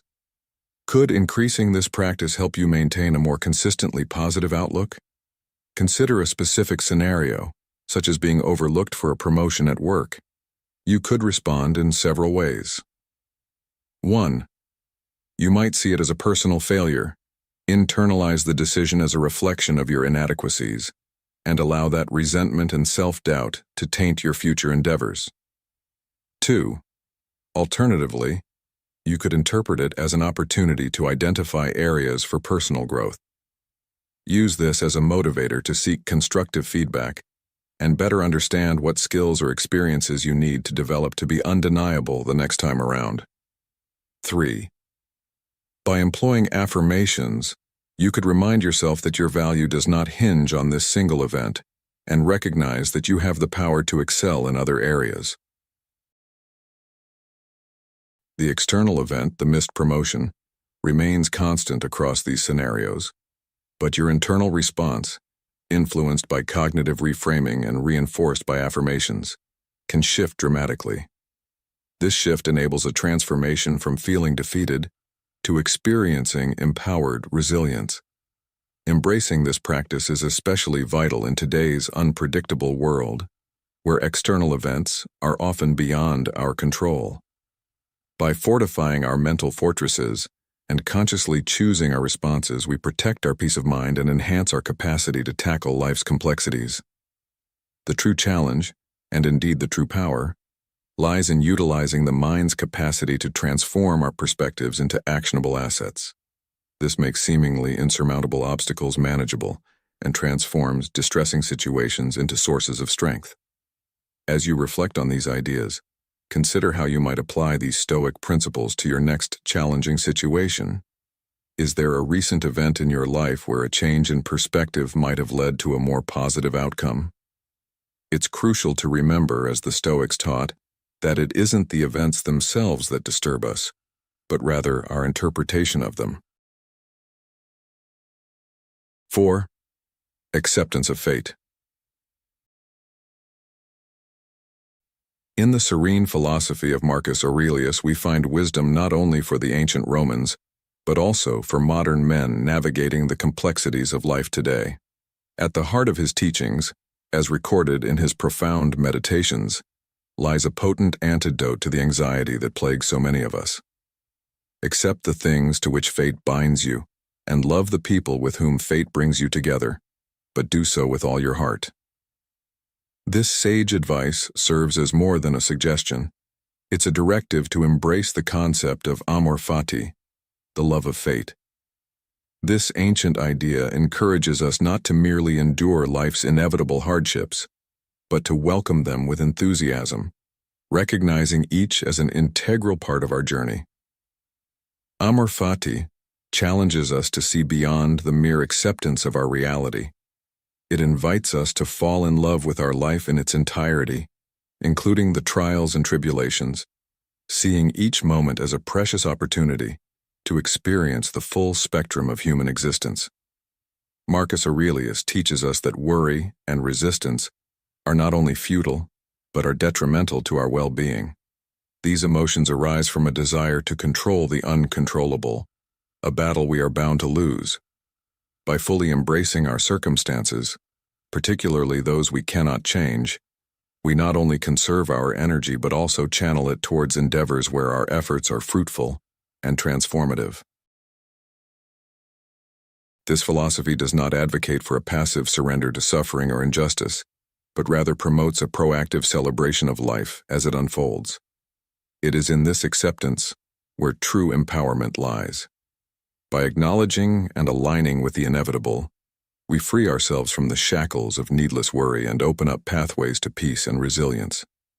This Stoic wisdom, when applied, can dramatically reduce the anxieties of modern life, offering not a shield against hardship, but a perspective that transforms obstacles into opportunities. In weaving these ancient teachings into the fabric of contemporary existence, we find that the practice of amor fati not only enhances our individual lives, but also strengthens our connections with others. It encourages us to cherish the people fate brings into our lives and to face every situation with a heart full of vigor and love. As we navigate through the highs and lows of existence, embracing our fate wholeheartedly, we discover the profound joy and tranquility that come from living in harmony with the inevitable.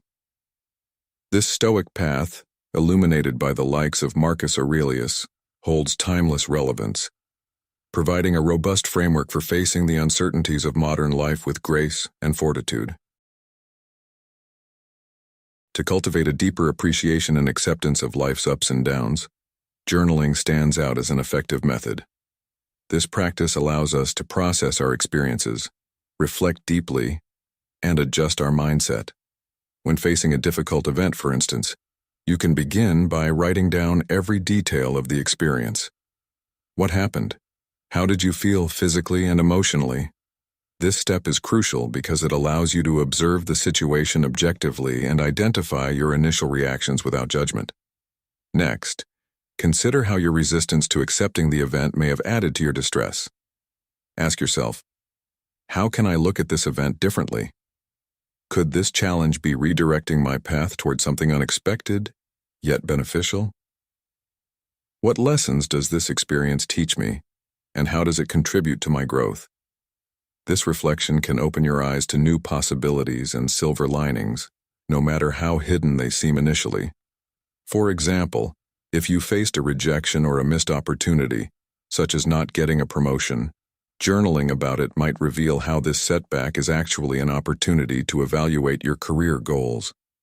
Maybe it's a sign to seek roles that better align with your personal strengths and deeper values, or to develop new skills that will prepare you for future opportunities. Then, move towards planning how you can approach similar situations in the future with a mindset of acceptance and love. What actionable steps can you take? Perhaps it involves seeking feedback, engaging in further professional development, or simply adjusting your expectations and perceptions. Journaling not only helps you process past events but also prepares you to face future challenges with a more resilient and open heart. It reduces the emotional toll of resistance and transforms your approach to life's inevitable difficulties. By embracing amor fati, we shift our perspective from one of victimhood to one of empowerment and proactive engagement with life. It's not a passive acceptance, but an active, strategic embrace of all that life offers. This shift is powerful. It aligns you with the Stoic ideal of living in agreement with nature and your deepest values, staying calm and purposeful amid life's chaos. In considering your own life's twists and turns, reflect on how viewing them as integral beneficial parts of your journey can transform your approach to each day. What changes when you view every challenge as an opportunity to grow and every setback as a chance to realign with your true path? Embracing amor fati doesn't just help us survive life's challenges. It equips us to thrive, turning every moment into a step toward greater wisdom and peace. Let this Stoic principle inspire you not only to endure but to live a life of genuine happiness and fulfillment. How will you let the love of fate guide you forward? 5. Minimize your desires. Exploring the philosophical insights of Marcus Aurelius, we uncover a pivotal lesson, highly applicable to modern life: the importance of minimizing desires.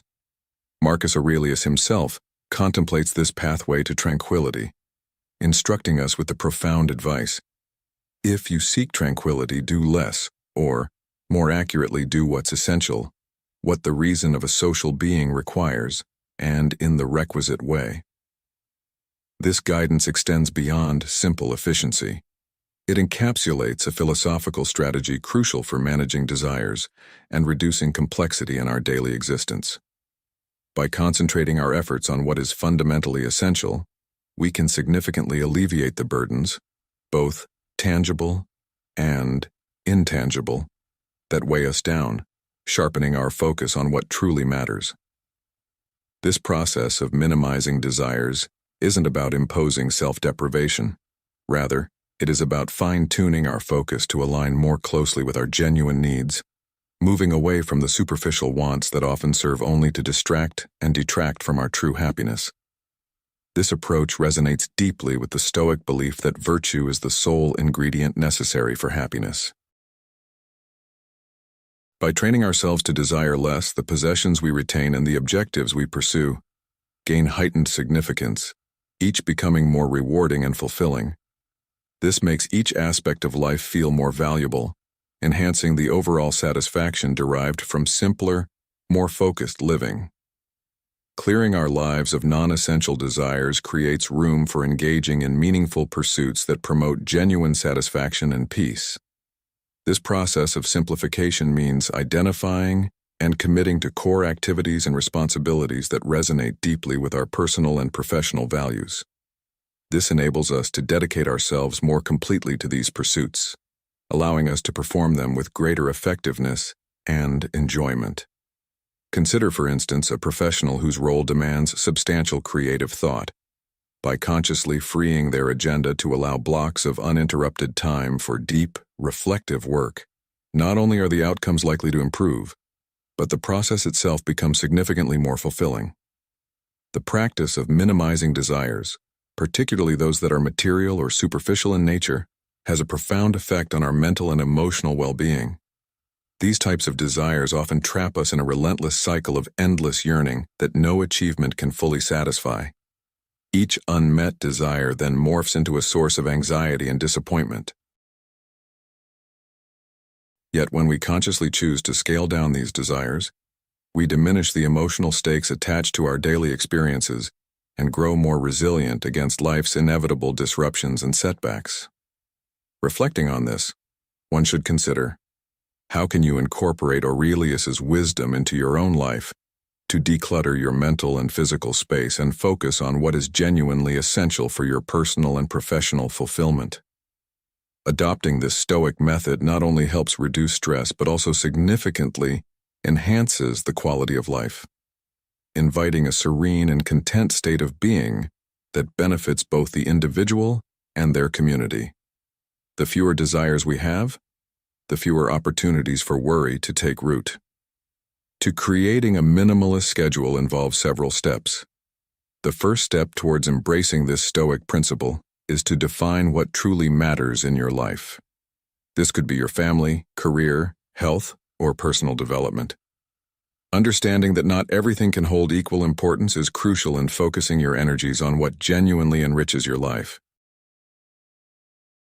Once you've established your priorities, scrutinize your current tasks. Consider each activity and ask yourself whether it aligns with these important aspects of your life. If the answer is negative, think about minimizing or altogether eliminating these tasks from your schedule, allowing you to conserve energy and focus for the endeavors that truly matter. To further optimize your life, try consolidating tasks that are similar and delegate others wherever possible. Allowing others to take on tasks can reduce your burden, while also helping them develop their skills and capabilities. This not only helps you but also builds a stronger, more capable team or family unit. Setting strong boundaries is also essential. It's important to say no to tasks and requests that don't align with your primary objectives. This helps protect your time and keeps you focused on your priorities, preventing you from spreading yourself too thinly across unessential tasks. Incorporating downtime into your schedule is equally important. Contrary to some modern work ethics, downtime is not wasted time. Instead, it should be seen as crucial for maintaining a balanced and sustainable pace in life. It ensures that you remain productive when engaged in your core tasks and helps maintain your overall well-being. Additionally, make it a habit to regularly reflect on your commitments and priorities. As your life changes, so too may what's important to you. Reassessing your schedule and commitments will help you stay aligned with your true priorities. By applying these methods, you shift from a reactive lifestyle, peppered with unfulfilling tasks, to a proactive approach focused on high-impact activities. This not only improves your productivity and efficiency, but also increases your life satisfaction by significantly reducing stress and anxiety linked to trying to accomplish too much at once. Reflecting on another piece of Stoic wisdom from Seneca, who remarked, "It is not that we have a short time to live, but that we waste a lot of it." We are reminded to focus our time on what truly matters. By concentrating on fewer, more meaningful tasks, we can lead richer lives filled with better work, deeper relationships, and greater peace of mind. In today's superficial and hectic world, Stoicism helps us find depth, purpose, and tranquility, guiding us towards a thoughtful and gratifying existence. As we wrap up today's video on 5 Stoic ways to stop worrying inspired by Marcus Aurelius, we've traversed some profound strategies that promise not just to ease our worries, but to enrich our existence. Remember, it's not just about learning these methods. It's about actively integrating them into the fabric of our daily lives. Take a moment to reflect on what we've covered, distinguishing between what is and isn't in our control, anchoring ourselves in the present, fortifying our minds against negativity, embracing the ebb and flow of life, and simplifying our desires to focus on what truly matters. Each of these strategies is a step toward not only facing, but embracing the complexities of life with grace and resilience. I encourage you to put these Stoic principles to the test in your daily interactions and challenges. See how they can transform your perspective and response to stress, enhance your relationships, and lead you to a more mindful and purposeful existence. And now, I'd love to hear from you. Which of these Stoic strategies resonated the most with you? How do you plan to implement them in your life? Share your thoughts and experiences in the comments below, and let's continue to learn and grow together. Thank you for joining me on this journey with Stoic in your life. Don't forget to like, share, and subscribe for more insights into how Stoicism can transform your life. Until next time, embrace the wisdom of the Stoics and make each day a deliberate step towards a serene and fulfilling life.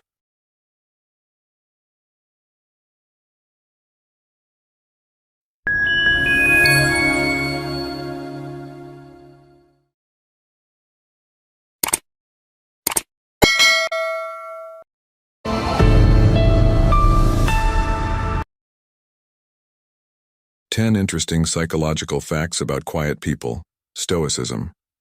Welcome to Stoic in Your Life, where we uncover the layers of the seemingly serene.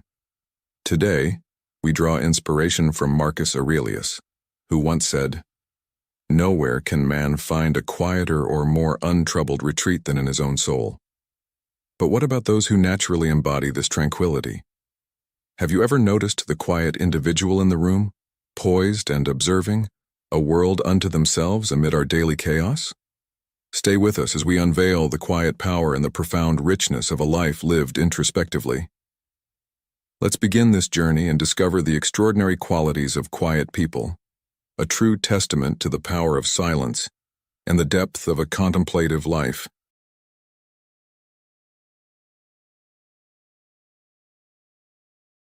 1. They think a lot. In the realm of quiet contemplation, individuals who speak less often possess a profound depth of thought, which is evident in the way they approach life's varied circumstances. Those who are quieter by nature spend considerable time delving deep into the tapestry of their experiences and interactions.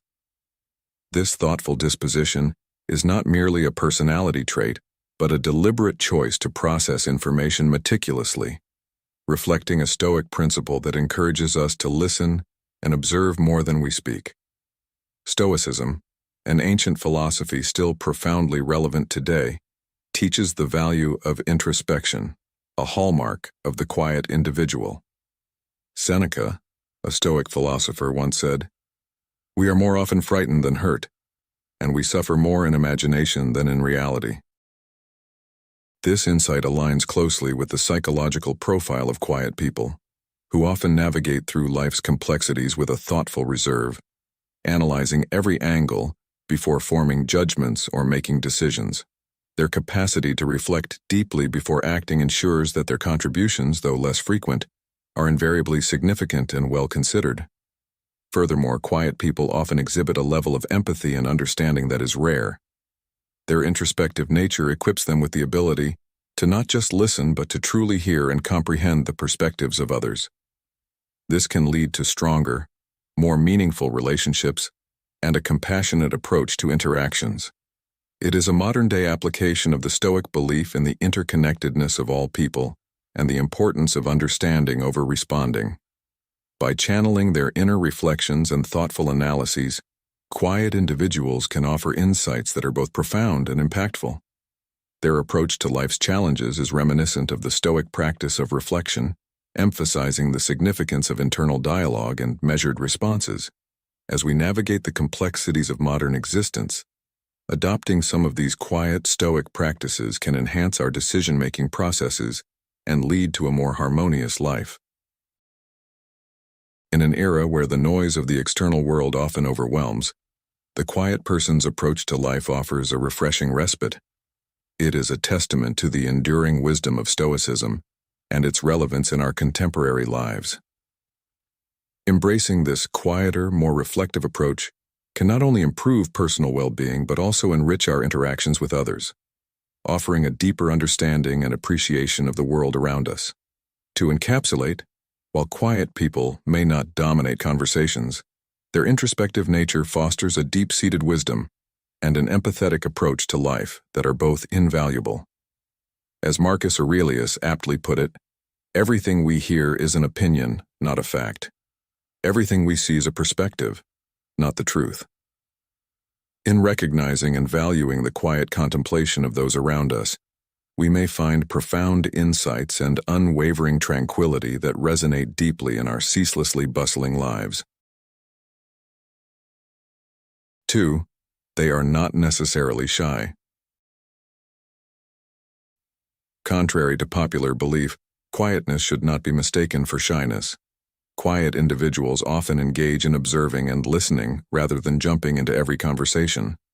They speak when they have something significant to say, consistently choosing quality over quantity in their communications. Imagine you're at a bustling startup networking event. Amidst the clamor, there's Alex, a software developer known for his reserved demeanor. While others are aggressively pitching their ideas, Alex listens intently, absorbing every word. When a problem regarding a complex coding issue stumps everyone, Alex calmly steps in. With a few well-considered suggestions, he offers a solution that had eluded his louder peers. This moment highlights an essential truth. Quiet people, like Alex, often deliver impactful insights precisely because they listen more than they speak. So why is this distinction important for you to understand? Well, in our fast-paced world where everyone is competing to be heard, we often overlook the power of silence. Quiet individuals like Alex bring balance to conversations, ensuring that thoughtful perspectives don't get drowned out by the noise. Their approach to communication can teach us a lot about the value of listening and the impact of speaking with intention. Now let's reflect on this. How often do you find yourself speaking just to fill the silence? Could embracing a bit of quiet help you and those around you discover deeper insights during discussions? Quiet people are not just background characters in our noisy world. They are thoughtful observers and impactful contributors who remind us that when we choose our words with care, they hold immense power. The next time you engage in a discussion, consider the quiet person's approach. Listen more, speak less, and when you do speak, make it meaningful. This simple shift can profoundly enrich your interactions, leading to greater understanding and respect in your communications. 3. They can be loud and outgoing. Quiet individuals often embody an intriguing paradox that can be surprising to those who primarily view them through the lens of their calm exteriors. It's a common misconception that their silence is a sign of timidity or lack of engagement. However, this couldn't be further from the truth. Quiet people are not only fully capable of taking the limelight, but can also become the life of the party or the driving force in dynamic situations. This capacity stems not from a lack of confidence, but rather from a selective engagement that prioritizes depth and meaning over superficial exchanges. Their quietude should not be mistaken for an absence of opinion or energy. Rather, it is a deliberate choice to conserve energy for moments and matters that truly resonate with their values and passions. In moments where their passion is ignited, quiet people can exhibit a level of enthusiasm and expressiveness that might take others by surprise. Have you ever witnessed someone typically reserved transform into the most animated storyteller at a gathering when a topic they are passionate about comes up? This transformation is a profound reminder of the depths that lie beneath serene surfaces. As the ancient Stoic philosopher Seneca once said, "As is a tale, so is life. Not how long it is, but how good it is what matters. Quiet people seem to embody this sentiment, focusing their energies not on the quantity of their words, but on the quality of their contributions. Now think about the quiet people in your life. Do they not choose their moments to speak carefully, often adding significantly to a conversation when they do? This selective participation is not merely a personal trait, but a strategic approach to social interaction that can teach us all a valuable lesson about the power of purposeful silence. In a world that often confuses noise with effectiveness, quiet individuals remind us that there is strength in thoughtfulness and that impactful communication doesn't always have to be loud. What can we learn from their approach to interactions? Perhaps in your next conversation, you might consider whether speaking less and listening more could lead to a more meaningful exchange. How might adopting a bit of their selective engagement enhance the quality of your own communications? In exploring the dynamic nature of quiet individuals, we uncover a multifaceted psychological depth that challenges our conventional perceptions. Their ability to oscillate between quietude and expressiveness is not a contradiction, but a harmonization of their inner values with their outward expressions. Engaging with quiet individuals with an appreciation for their complex nature not only enriches our interactions, but also deepens our understanding of human behavior in a broader sense. This nuanced perspective is essential for anyone seeking to build genuine connections in both personal and professional settings. To ponder further, consider how you engage with those who are quiet in your communities. Are there moments you might have underestimated their potential for leadership or creativity based on their usual quiet demeanor? Reflecting on this could open doors to new levels of collaboration and insight. Remember, as Marcus Aurelius, another revered Stoic philosopher, wisely pointed out, very little is needed to make a happy life. It is all within yourself, in your way of thinking. By embracing the quiet power that lies within those who speak less, we not only validate their approach to life, but also enhance our collective ability to appreciate the diverse ways in which people engage with the world around them. This appreciation can lead to more enriching and profound interactions, which, in turn, can foster a deeper understanding and respect for the varied tapestries of human personality. So next time you encounter quietness, invite it to speak. You might be pleasantly surprised by the eloquence of its voice. If you've stayed with us this far, you truly embody the Stoic spirit of calm reflection. Leave a comment below with, "Silence is my strength," to affirm your dedication to embracing the profound power of quietude. 4. They are creative and have interesting hobbies. In today's exploration of the profound depths of quiet individuals, we delve into an aspect that intertwines seamlessly with the Stoic philosophy of inner richness and external simplicity: the creative essence and diverse hobbies of those who prefer silence over noise. Marcus Aurelius once said, "Very little is needed to make a happy life. It is all within yourself, in your way of thinking." This resonates deeply with those who might not fill the air with words but choose, instead, to express their vast inner worlds through myriad forms of creativity. Quiet people are not just introverted or shy. They are often reservoirs of boundless creativity. Their minds are fertile grounds where seeds of ideas germinate into expressions of art, technology, and nature. Whether it's through the delicate strokes of a paintbrush, the rhythmic dance of fingers on a keyboard writing poetry or prose, the meticulous lines of code that build virtual worlds, or the tender care of plants in a garden, quiet individuals transform their inner thoughts into external realities. Their hobbies are not mere pastimes, but are portals to understanding the complex layers of their personalities. Such hobbies are not only outlets for creativity, but also mechanisms for coping with the bustling demands of modern life. In a world where the loudest voices often dominate, the quiet ones cultivate their gardens, both literal and metaphorical, creating spaces of peace and reflection. By engaging in these activities, they demonstrate a Stoic appreciation for the here and now, finding joy and fulfillment in the process rather than just the outcome. This aligns with another Stoic principle. As Epictetus stated, "It's not what happens to you, but how you react to it that matters." In their reactions, quiet people often choose creation and contemplation, enriching their lives and, inadvertently, the lives of others around them. Moreover, their creative endeavors are a testament to the Stoic belief in the value of self-sufficiency and personal development. In nurturing their interests, quiet individuals also cultivate resilience, patience, and an appreciation for the subtle beauties of life, qualities that are incredibly pertinent in today's fast-paced world. As they garden, paint, code, or write, they are not just creating. They are teaching by example the Stoic lesson of focusing on what can be controlled, their thoughts and actions, and letting go of what cannot. Thus, the next time you encounter someone who chooses silence, remember that their quietness might very well be the canvas for deep creativity and a diverse array of hobbies. Their world is rich with insights and stories told not through words, but through the very pursuits they choose to engage in.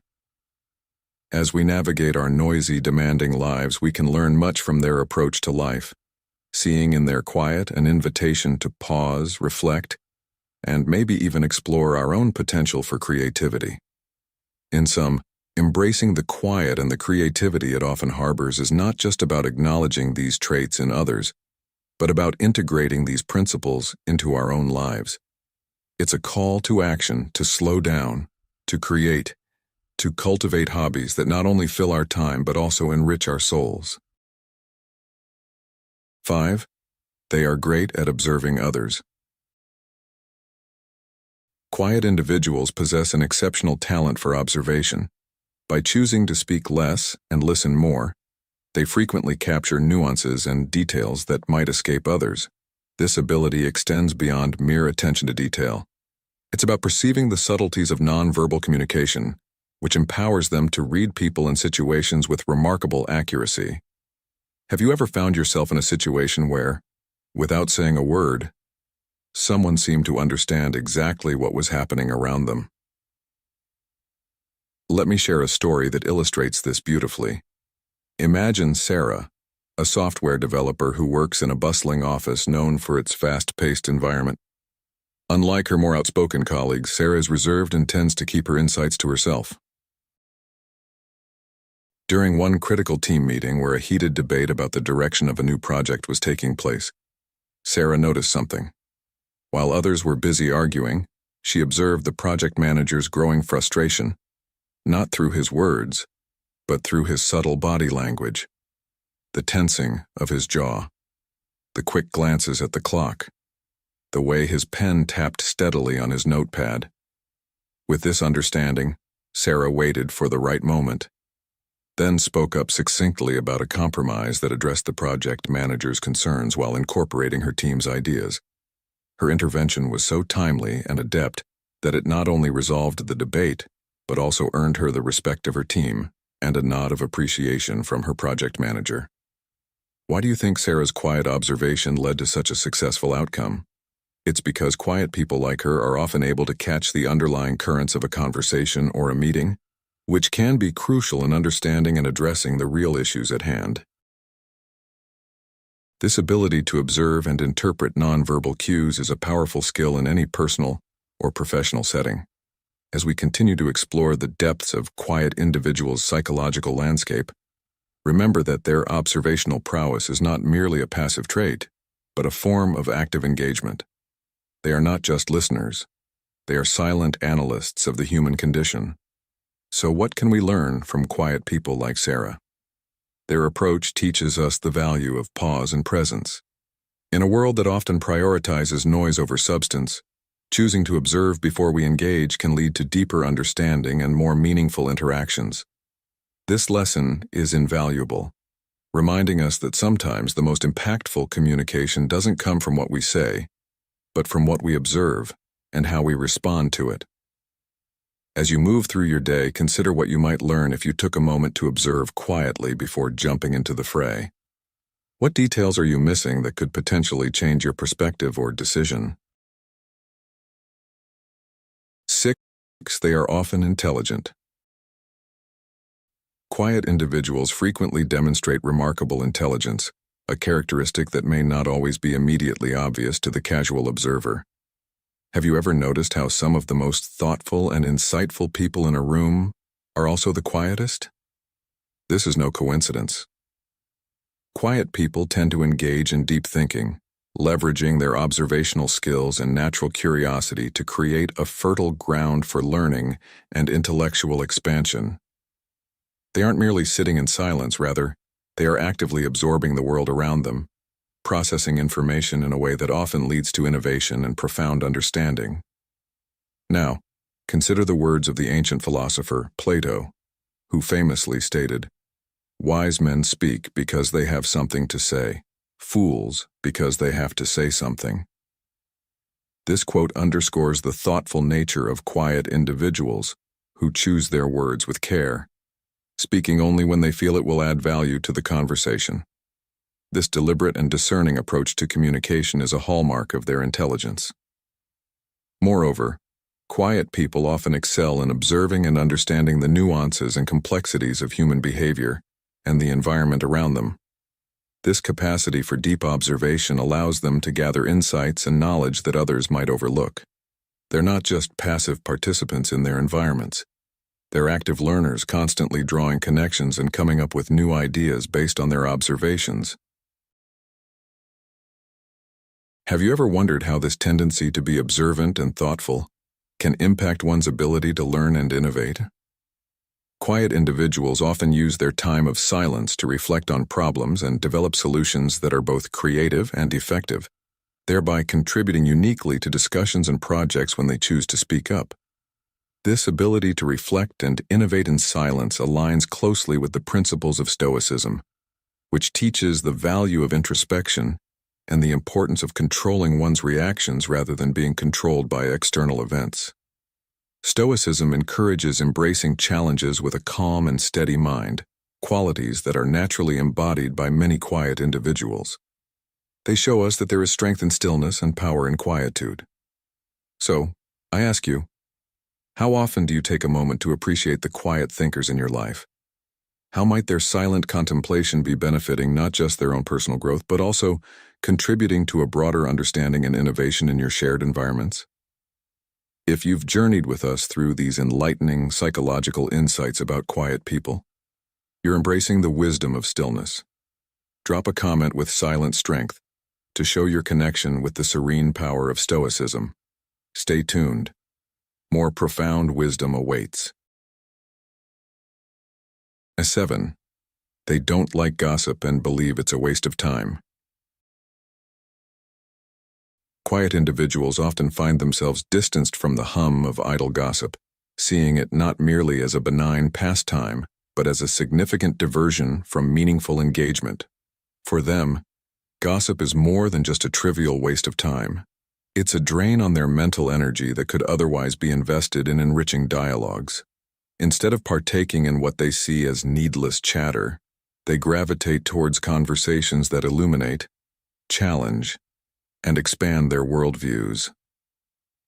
This preference is rooted deeply in their psychological makeup, reflecting a desire for interactions that contribute to personal growth and understanding.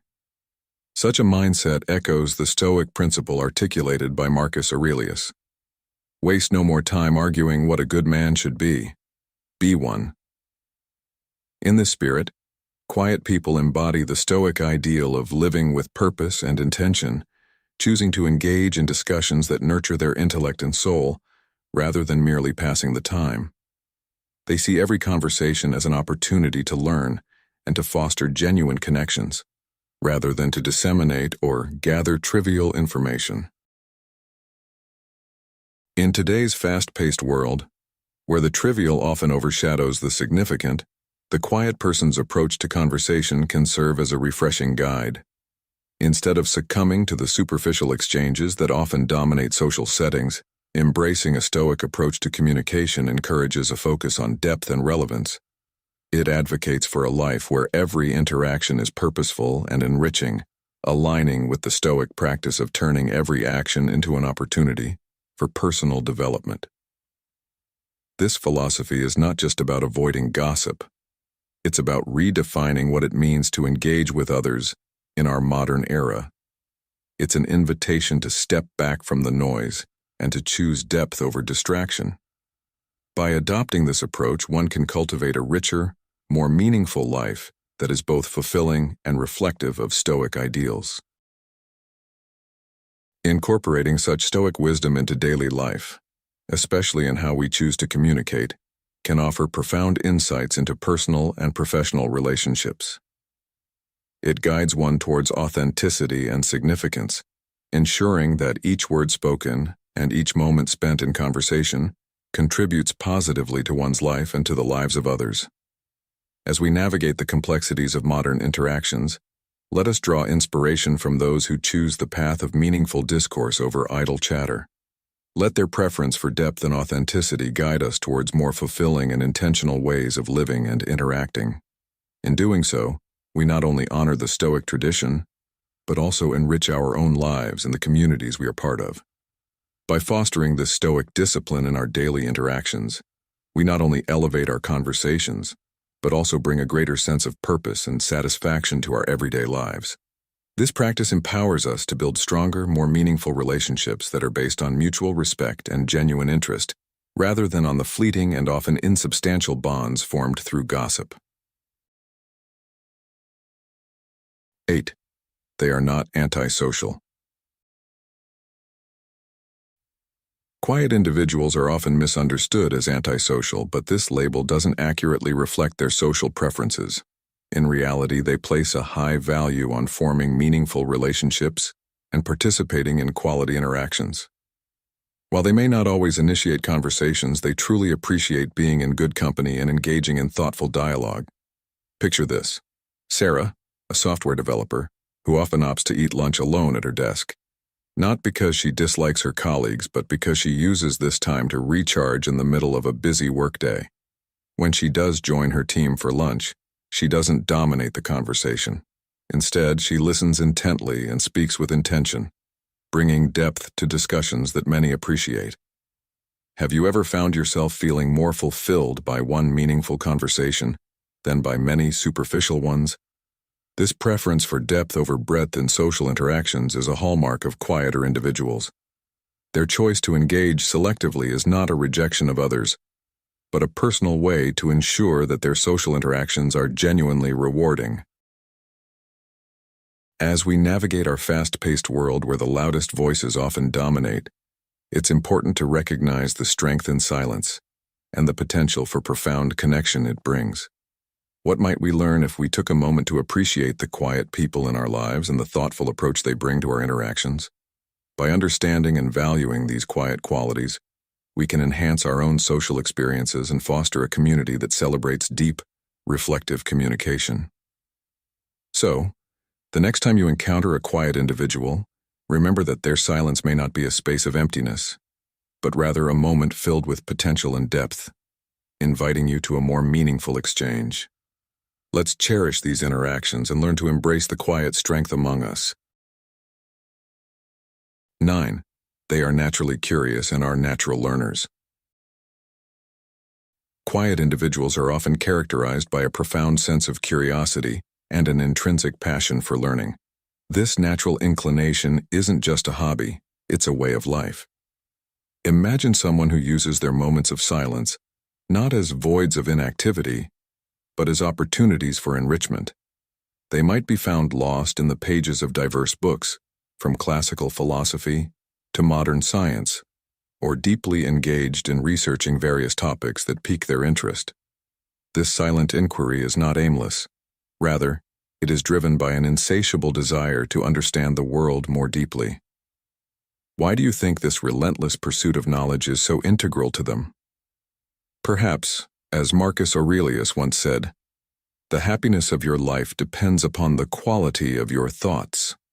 For quiet people, learning is not just about acquiring information, it's about shaping their inner world and their interactions with the external one. In their stillness, there is a continuous dialogue with the universe, a persistent quest to find answers to questions that many might not even think to ask. Consider the power of this approach. In a world where the noise of superficial chatter often drowns out meaningful discourse, the quiet ones are those who pause, reflect, and dive deeper. They are not merely passive recipients of information. They actively engage with it, chew on it, and let it simmer in their minds. This process enhances their understanding and often leads to insights that escape the hurried glance. Now think about how this quality impacts their interaction with others. Despite their outward silence, these individuals can be incredibly insightful in conversations. Their contributions, though perhaps infrequent, are usually potent with thoughtfulness and relevance. Have you ever noticed how a well-timed, insightful comment from a quiet person can shift the entire direction of a discussion? So, as you reflect on this, ask yourself, how often do I take the time to truly learn and reflect in silence? How can I incorporate more thoughtful contemplation into my daily life to deepen my understanding and enrich my experiences? 10. They are not miserable. Contrary to the pervasive myth, silence is seldom a marker of misery. Quiet individuals frequently relish in the serene embrace of their solitude, a state where calm prevails and the noise of the world fades away. In these moments of solitude, they engage deeply with their thoughts and passions, finding a kind of peace that is both enriching and profound. This tranquility aligns well with the Stoic practice of introspection and self-sufficiency. Marcus Aurelius once remarked, "Nowhere can man find a quieter or more untroubled retreat than in his own soul." This sentiment perfectly encapsulates the essence of why quiet people may appear aloof, but are, in reality, deeply content with their rich inner lives. In modern life, where chaos and constant stimulation are the norms, embracing quietude can be a radical act of self-preservation and authenticity. It's a powerful reminder that true satisfaction often comes not from external accolades or achievements, but from the quiet exploration of our inner landscapes. The Stoic philosophy teaches us that by turning inward, we can establish a fortress of calmness and strength, impervious to the external world's tumult. To our listeners, particularly those threading through the vast experiences of life between the ages of 30 and 65, consider this. The quiet moments you encounter are not voids of joy, but potential spaces of reflection and growth. Engage with your quiet side, explore your thoughts and feelings deeply, and you might discover a surprising wellspring of joy and resilience. Reflect on the words of Seneca, another pillar of Stoicism, who advised, "All men's miseries derive from not being able to sit in a quiet room alone." In this simple yet profound advice lies the key to understanding and appreciating the depth of quiet individuals. These insights into the psychological nuances of quiet people serve not only to debunk stereotypes, but also to offer a path that anyone can follow toward a more fulfilled and stoic life. By valuing silence, we value ourselves, learning more from our own company than we might from constant social interaction. As you navigate through the noise of everyday life, remember the power of silence and the profound peace it can bring to your soul. As we journey together through this exploration of silence and contentment, let us cherish and cultivate our quiet moments. Each silent minute holds a mirror to our soul, reflecting back who we are and who we might become. In the tranquility of our solitude, let us embrace the Stoic wisdom that teaches resilience, self-awareness, and ultimately profound inner peace. As we conclude today's exploration on the intriguing psychological facets of quiet people, remember that their serene approach to life has much to teach us about patience, observation, and reflection, qualities central to Stoic philosophy. Quiet individuals often embody the Stoic ideal of listening more than speaking, offering us profound insights when they do choose to express themselves. I encourage you to consider how these characteristics can influence your own path to personal growth and happiness. How might you incorporate more thoughtful silence into your daily life? How can the quiet strength of others inspire you to cultivate a deeper understanding of the world around you? Let's continue this conversation in the comments below. Share how you've observed or experienced the strength of quietness in your life or any insights you've gained from today's video. Don't forget to like, share, and subscribe to Stoic in Your Life for more content that bridges ancient wisdom with modern insights, helping us navigate life's challenges with grace and resilience. Together, let's embrace the quiet, learn from it, and allow it to enrich our lives.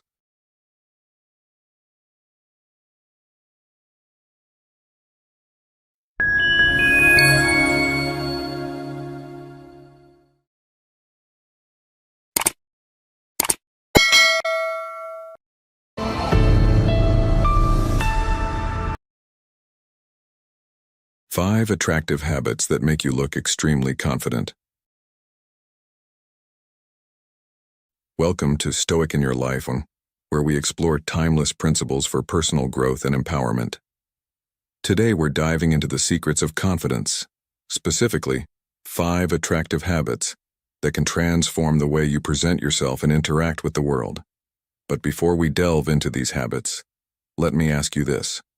Have you ever observed someone who effortlessly exudes confidence in every situation?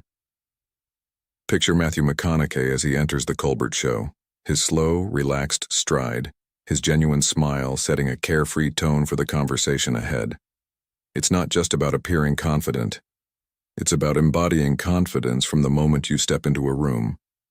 So, join me as we uncover these habits and learn how to cultivate a presence that radiates authenticity and charm. Whether you're gearing up for an interview, a meeting, or a casual gathering, these habits will equip you with the tools to make a lasting impression. This modern 1. The art of setting the mood at the outset of every encounter. In the bustling corridors of modern life, where every interaction can pivot the trajectory of our careers and personal lives, embodying confidence is not merely beneficial, it's essential. Among the myriad lessons we can draw from those who navigate their social environments with ease, one stands out vividly: the art of setting the mood at the outset of every encounter. Consider the demeanor of Matthew McConaughey as he steps onto the set of The Colbert Show. His movements are unhurried, his smile easy, and his gaze leisurely sweeping over the crowd. This isn't just a relaxed entrance. It's a masterclass in setting a conversational tone that's both inviting and confident. Matthew's approach isn't about mere aesthetics. It's rooted in the strategic choice of the energy he brings into the room. Whether it's calm, playfulness, or a flirtatious vibe, the initial moments are crucial. He intentionally engages not just with the show's host, but acknowledges everyone from the band to the audience, embodying a charisma that is inclusive and genuine. This is a stark contrast to the often seen strategic networking, where individuals prioritize their greetings based on perceived social or professional hierarchy. Such targeted charm can often come across as insincere, leaving a subtle aftertaste of utilitarian intent, which might repel rather than attract. Seneca, a Stoic philosopher, once said, "Every new beginning comes from some other beginning's end." This rings especially true in the realm of personal interactions. The first few seconds of meeting someone can end the superficiality and begin a deeper connection. Therefore, when you next find yourself entering a room, whether it be for an interview, a business meeting, or even a casual social gathering, make it a point to genuinely acknowledge each person. A simple nod, a handshake, or even a warm hug can dramatically shift the dynamics, setting a foundation of mutual respect and attention. Moreover, this practice of setting the right tone and warmly engaging with everyone in the room does more than just make others feel valued. It enhances your own appeal as a leader and a confident individual. This strategy transforms routine interactions into opportunities for creating meaningful connections. It's not just about making others feel good, but about constructing a persona that others are drawn to, one that resonates with both strength and warmth. As we maneuver through the digital age where much of our communication is distilled through screens and texts, these nuanced arts of personal interaction are more valuable than ever. They remind us that beneath the rapid pace of modern life, the principles of sincere and respectful communication remain powerful tools for building enduring relationships and personal influence. So, as you step forward into your next interaction, remember that the energy you introduce is the energy that will return to you. Cultivate a presence that not only commands respect but also exudes warmth. By doing so, you align yourself with the timeless wisdom that while the world changes rapidly, the core of human connection remains steady, rooted in authenticity, respect, and genuine engagement. Let's talk about Matthew McConaughey, whose laid-back style not only captivates but teaches a profound lesson in confidence. It's often said that his very presence can change the energy of a room. Actors who've worked with him joke that they inherit his vibes just by being nearby. One co-star described the experience. "I've been around him a few times and everybody just kind of does what he's up to." Absolutely, totally. Like all of a sudden you're with him, and all of a sudden you find yourself kind of like leaning back. Oh, you lean back, you talk, you know. You maybe don't enunciate. What's his secret?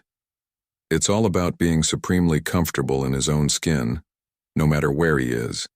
Take, for instance, how he presents himself on talk shows. There's a particularly telling moment on the Craig Ferguson show where Matthew is completely at ease, lounging back with his arms draped over the chair, embodying an "I don't give a care" attitude that is irresistibly charming. This informal posture isn't just for show. It's a deliberate choice that enhances his natural charisma and puts others around him at ease. Audusayer. Take up a bit more space than usual. Now, how can you apply this to your own life? Next time you find yourself in a situation where the pressure is on, try this simple trick. Take up a bit more space than usual. Expand your stance, stretch out your arms, or lean back a little. This isn't just about physical space, it's about claiming the environment as your own. The physical act of expanding your space can lead to a psychological boost in confidence, making you feel more in control and, consequently, more relaxed. But Matthew's real power move is how he remains true to himself. On the Graham Norton show, while other guests might sit up straight, Matthew is laid back, placing his drink on the ground, fully stretching out his legs. This isn't just comfort, it's a statement. He doesn't conform to the expected norms, but instead brings his own style into the space, which is a true sign of confidence. This kind of authenticity resonates deeply with people because it's rare. Most feel the need to adapt or blend in, especially under the gaze of a dominant personality like John Cena. But not Matthew. He stands out by staying firmly within his own frame of comfort and identity, making no apologies for it. What does this mean for you? In a world where we often bend over backward to fit in, being true to your own style and preferences can be a radical act of self-confidence. Have you ever been in a situation where conforming to the crowd felt easier than standing out? Reflect on what it might look like if you chose to stay true to your authentic self instead. Staying genuine to yourself in various settings, whether in a casual meetup or a formal business meeting, can be daunting. Yet it often leads to others perceiving you as more genuine and confident. This doesn't mean disregarding respect or etiquette, but rather integrating your personality into how you present yourself in every situation. So next time you step into a room, ask yourself, how can I bring my true self into this space like Matthew does? How can I make my presence my own yet remain respectful and engaging to those around me? The lesson here is profound, yet simple. Confidence isn't just about how you stand or speak. It's deeply intertwined with how authentically you present yourself to the world. It's about making a space for yourself that no one else can fill, and that starts with being comfortable in your own skin and owning your personal style. Remember, the next time you're preparing for any interaction, think of Matthew lounging on that talk show couch. It's not just about physical relaxation, but about embodying the confidence to be yourself, fully and unapologetically. This is how you turn everyday interactions into opportunities to not only express, but also define your identity. Confidence, after all, isn't something you pretend. It's something you embody and emanate. By staying true to yourself, you make your mark, quietly, yet unmistakably. Thank you to everyone who joined us for this insightful exploration of confidence and authenticity. What's one habit you found most effective in boosting your confidence while staying true to yourself? If you're not sure what to comment, consider sharing a personal experience where you felt confident being your authentic self. Or reflect on a situation where you struggled to maintain authenticity in a confident manner. Your comment could be as simple as sharing a quick tip that helps you stay true to yourself while exuding confidence, or sharing your thoughts on how authenticity contributes to personal growth and success. Stoicism. How you too can become a magnetic storyteller. Let's explore how you too can become a magnetic storyteller, turning everyday interactions into engaging tales, and thus, projecting immense confidence. Firstly, it's important to realize that growth and adaptation are part of our human journey. As the famous philosopher William James once said, "The greatest discovery of my generation is that a human being can alter his life by altering his attitudes." This reminds us that while changing habits or personal evolution is necessary, it is equally crucial to remain true to the essence of who you are. Decide what kind of person you want to be: relaxed, energetic, playful, kind, and let this guide how you present yourself to the world. Do not merely blend into the background adopting the colors of those around you. Instead, choose to stand out by being authentically you. What aspects of your personality do you want to shine through, regardless of your environment? Now let's delve into the potent habit of storytelling, a trait epitomized by charismatic individuals like Matthew McConaughey. Imagine turning a simple scenario, such as a delayed flight or a routine email, into a story that captures the imagination of your listeners. How can you transform these common experiences into tales worth telling? It starts with understanding the art of the pre-frame, setting the stage for what's to come, much like McConaughey does when sharing anecdotes.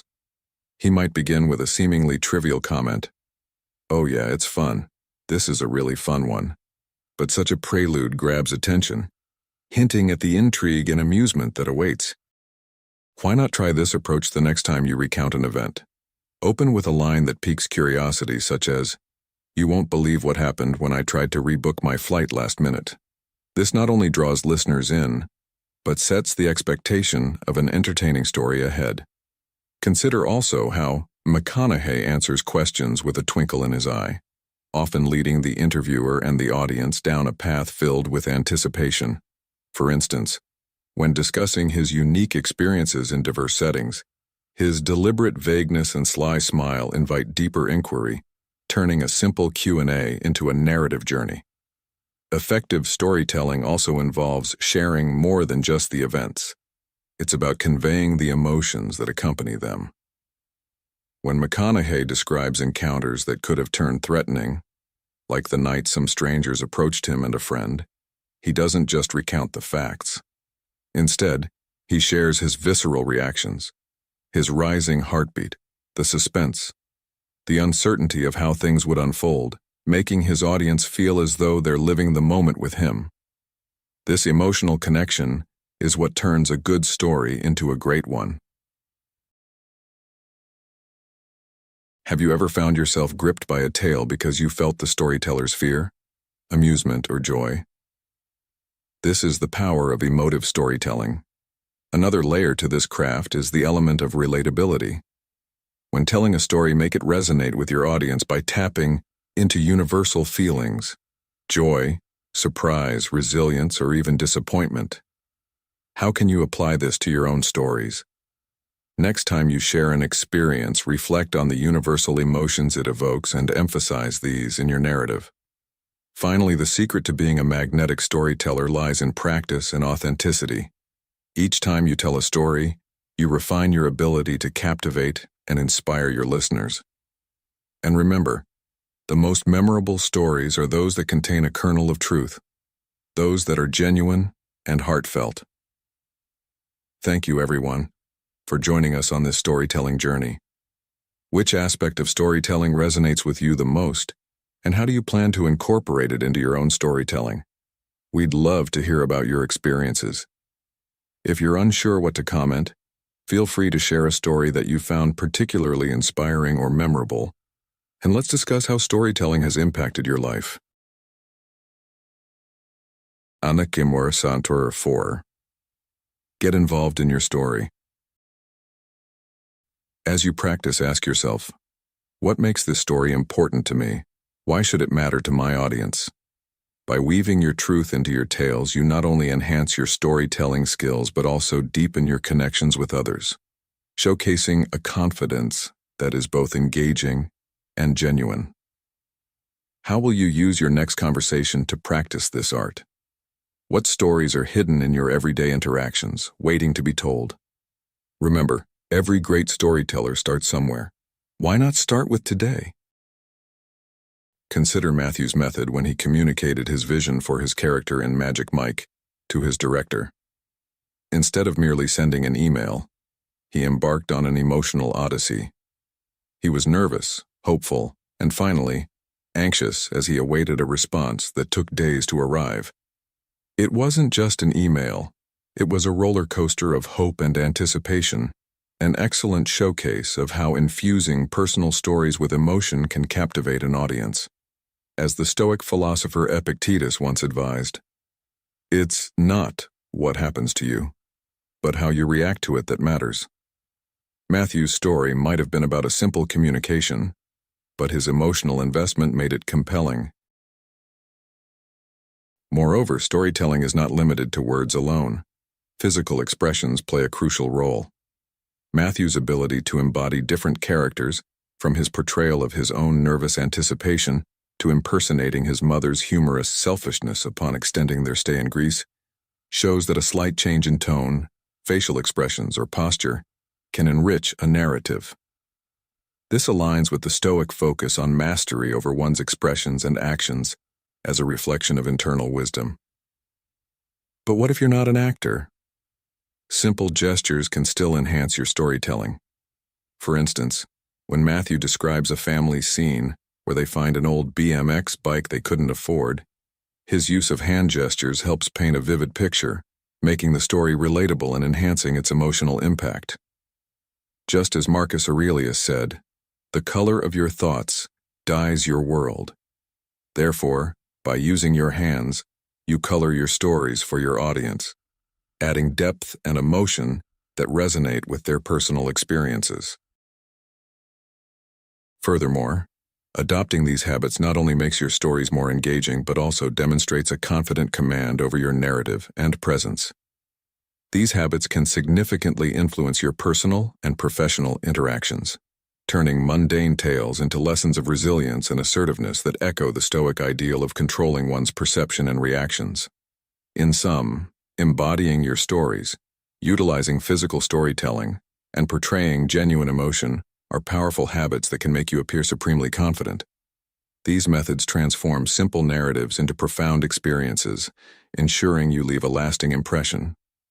By integrating these practices, you mirror the Stoic philosophy of turning every action into an opportunity for personal growth and influence, thus navigating life not just with confidence, but with purpose and poise. Take the story of Matthew, for instance, who shares his audition experience for the movie Angels in the Outfield. Within a mere 30 seconds, he not only tells his story, but brings it to life with vivid gestures and expressions. I walk into the room. It's slightly dimmed, yet there's a peculiar glow. How did I even end up here? I'm wearing an iconic American cap, standing on the iconic Warner Brothers lot. As I push open the doors, the afternoon light casts long shadows. There sits a producer on a couch. He looks up and says, "Hey, look at you, the all-American kid. Ever played baseball?" And when I reply, 12 years, I can almost hear the role being offered to me. This technique is magnetic. It draws your audience in, making them hang on to every word. But how can you remember to use this effectively in everyday conversations, especially under pressure or when nervous? It's challenging to implement such techniques spontaneously, which is precisely why programs like Charisma University are invaluable. This program is structured to transform what you learn into effortless, habitual actions. Over a period of 30 days, you gradually begin to exude confidence and charisma without a second thought. Take, for example, a member of Charisma University who shared their experience just 1 week into the program. They discovered the power of first impressions and learned how to engage in conversations they previously shied away from. The lesson on asking probing questions to unveil deeper values was pure gold, they said, highlighting how transformative these simple tools can be when applied. Another participant reflected on their personal transformation, noting, "I was always seeking validation and overly concerned with others' opinions. Now I connect more naturally with people, enjoy interactions more, and remain upbeat regardless of outcomes." This change, they noted, was monumental in improving their quality of life. Yet another member expressed how the daily action guides significantly boosted their confidence, garnering them more respect and attention in their social circles. Charisma isn't just a skill. It's the key to unlocking doors you never thought possible, they shared. In a world where confidence often precedes competence in securing both personal and professional success, it is paramount to cultivate habits that not only foster self-assurance but also project it outwardly. Confidence, a quality so magnetic yet elusive, is something that can be learned, practiced, and mastered over time. Drawing on the timeless wisdom of Stoicism, we find that confidence is not about displaying arrogance or ego, but rather about possessing a calm assurance in one's abilities and decisions. Seneca, a Stoic philosopher, once said, "It is not the man who has too little, but the man who craves more, that is poor." This speaks volumes about confidence. It is about contentment with who you are and what you have, not about an insatiable desire for external validation. Firstly, the practice of mindfulness is a fundamental habit to enhance your confidence. Mindfulness in a Stoic sense involves a heightened awareness of the present moment and an acceptance of what it offers, teaching us to respond to life's challenges with grace rather than reactive emotion. For example, Marcus Aurelius, a Roman emperor and Stoic, meticulously documented his thoughts during his reign, reflecting a deep engagement with the present and a thoughtful response to his duties and doubts. By incorporating mindfulness into daily routines, be it through meditation, reflective journaling, or simply pausing to breathe deeply, you can cultivate a demeanor of quiet confidence that does not falter under stress. Secondly, the habit of preparedness is essential. Stoicism teaches us to anticipate and accept possible failures or challenges as part of life's natural order, thus reducing anxiety and building true confidence. This is not about expecting the worst, but preparing mentally for different outcomes, thereby enhancing your adaptability and resilience. Imagine a speaker who, aware of potential technical glitches during a presentation, prepares adequately by having backup materials and practicing without visuals. Such preparedness not only equips the speaker to handle disruptions smoothly, but also boosts their self-confidence, evident to the audience through their unshaken composure. Third, embracing failure as a stepping stone to success is a critical habit. Stoics believe in using every obstacle as an opportunity for growth. Epictetus, another revered Stoic philosopher, advised that we should learn to turn obstacles upside down. By reframing failures as lessons and integrating them into our life's fabric, we build a robust confidence that does not depend on constant success, but thrives on continuous improvement. Sharing personal stories of failures and how you overcame them can significantly strengthen your relatability and perceived confidence among peers. Fourthly, assertive communication is a key habit. Stoicism does not advocate passivity. Rather, it promotes speaking one's truth calmly and respectfully, without fear of conflict. Practicing assertive communication involves expressing your thoughts and feelings confidently and listening actively to others. This fosters mutual respect and minimizes misunderstandings, enhancing your interpersonal interactions and your self-esteem. For instance, in negotiations, being clear about your needs and boundaries while remaining open to compromise can project immense confidence and respect from others. Lastly, maintaining a healthy detachment from external opinions is vital. Stoics are known for their internal locus of control, focusing on their actions rather than external outcomes or opinions. Confidence is deeply internal, knowing that your self-worth is independent of others' judgments or material success. Reflecting on historical or contemporary figures who exhibited Stoic confidence despite public criticism can be enormously empowering. By focusing on your values and actions, you reinforce a self-assurance that is visible to others and immune to the fluctuations of public opinion. In summary, cultivating habits such as mindfulness, preparedness, embracing failure, assertive communication, and maintaining a healthy detachment from external opinions can significantly enhance your confidence. These habits, rooted in Stoic philosophy, equip you to face life's vicissitudes with a calm and confident demeanor, ensuring that your external confidence is a reflection of a deeply grounded internal state. Remember, as Marcus Aurelius stated, very little is needed to make a happy life. It is all within yourself, in your way of thinking. Therefore, let us strive to internalize these habits, making them part of our daily lives, and watch as our confidence soars to new heights, inspiring those around us. In summary, we've explored the fascinating habits that contribute to an incredibly confident demeanor, drawing inspiration from the magnetic presence of Matthew McConaughey. From setting the right mood at the start of interactions to staying anchored to oneself and becoming a magnetic storyteller, these habits offer a blueprint for cultivating confidence and charisma in our daily lives. Now, it's your turn to put these principles into action. How will you incorporate these habits into your interactions and personal growth journey? Share your thoughts and experiences in the comments below. Remember, every small step towards embodying these habits brings you closer to a life filled with confidence and happiness. Don't forget to like, share, and subscribe for more empowering content. Together, let's embrace the power of confidence and make strides towards our best selves. See you in the next video.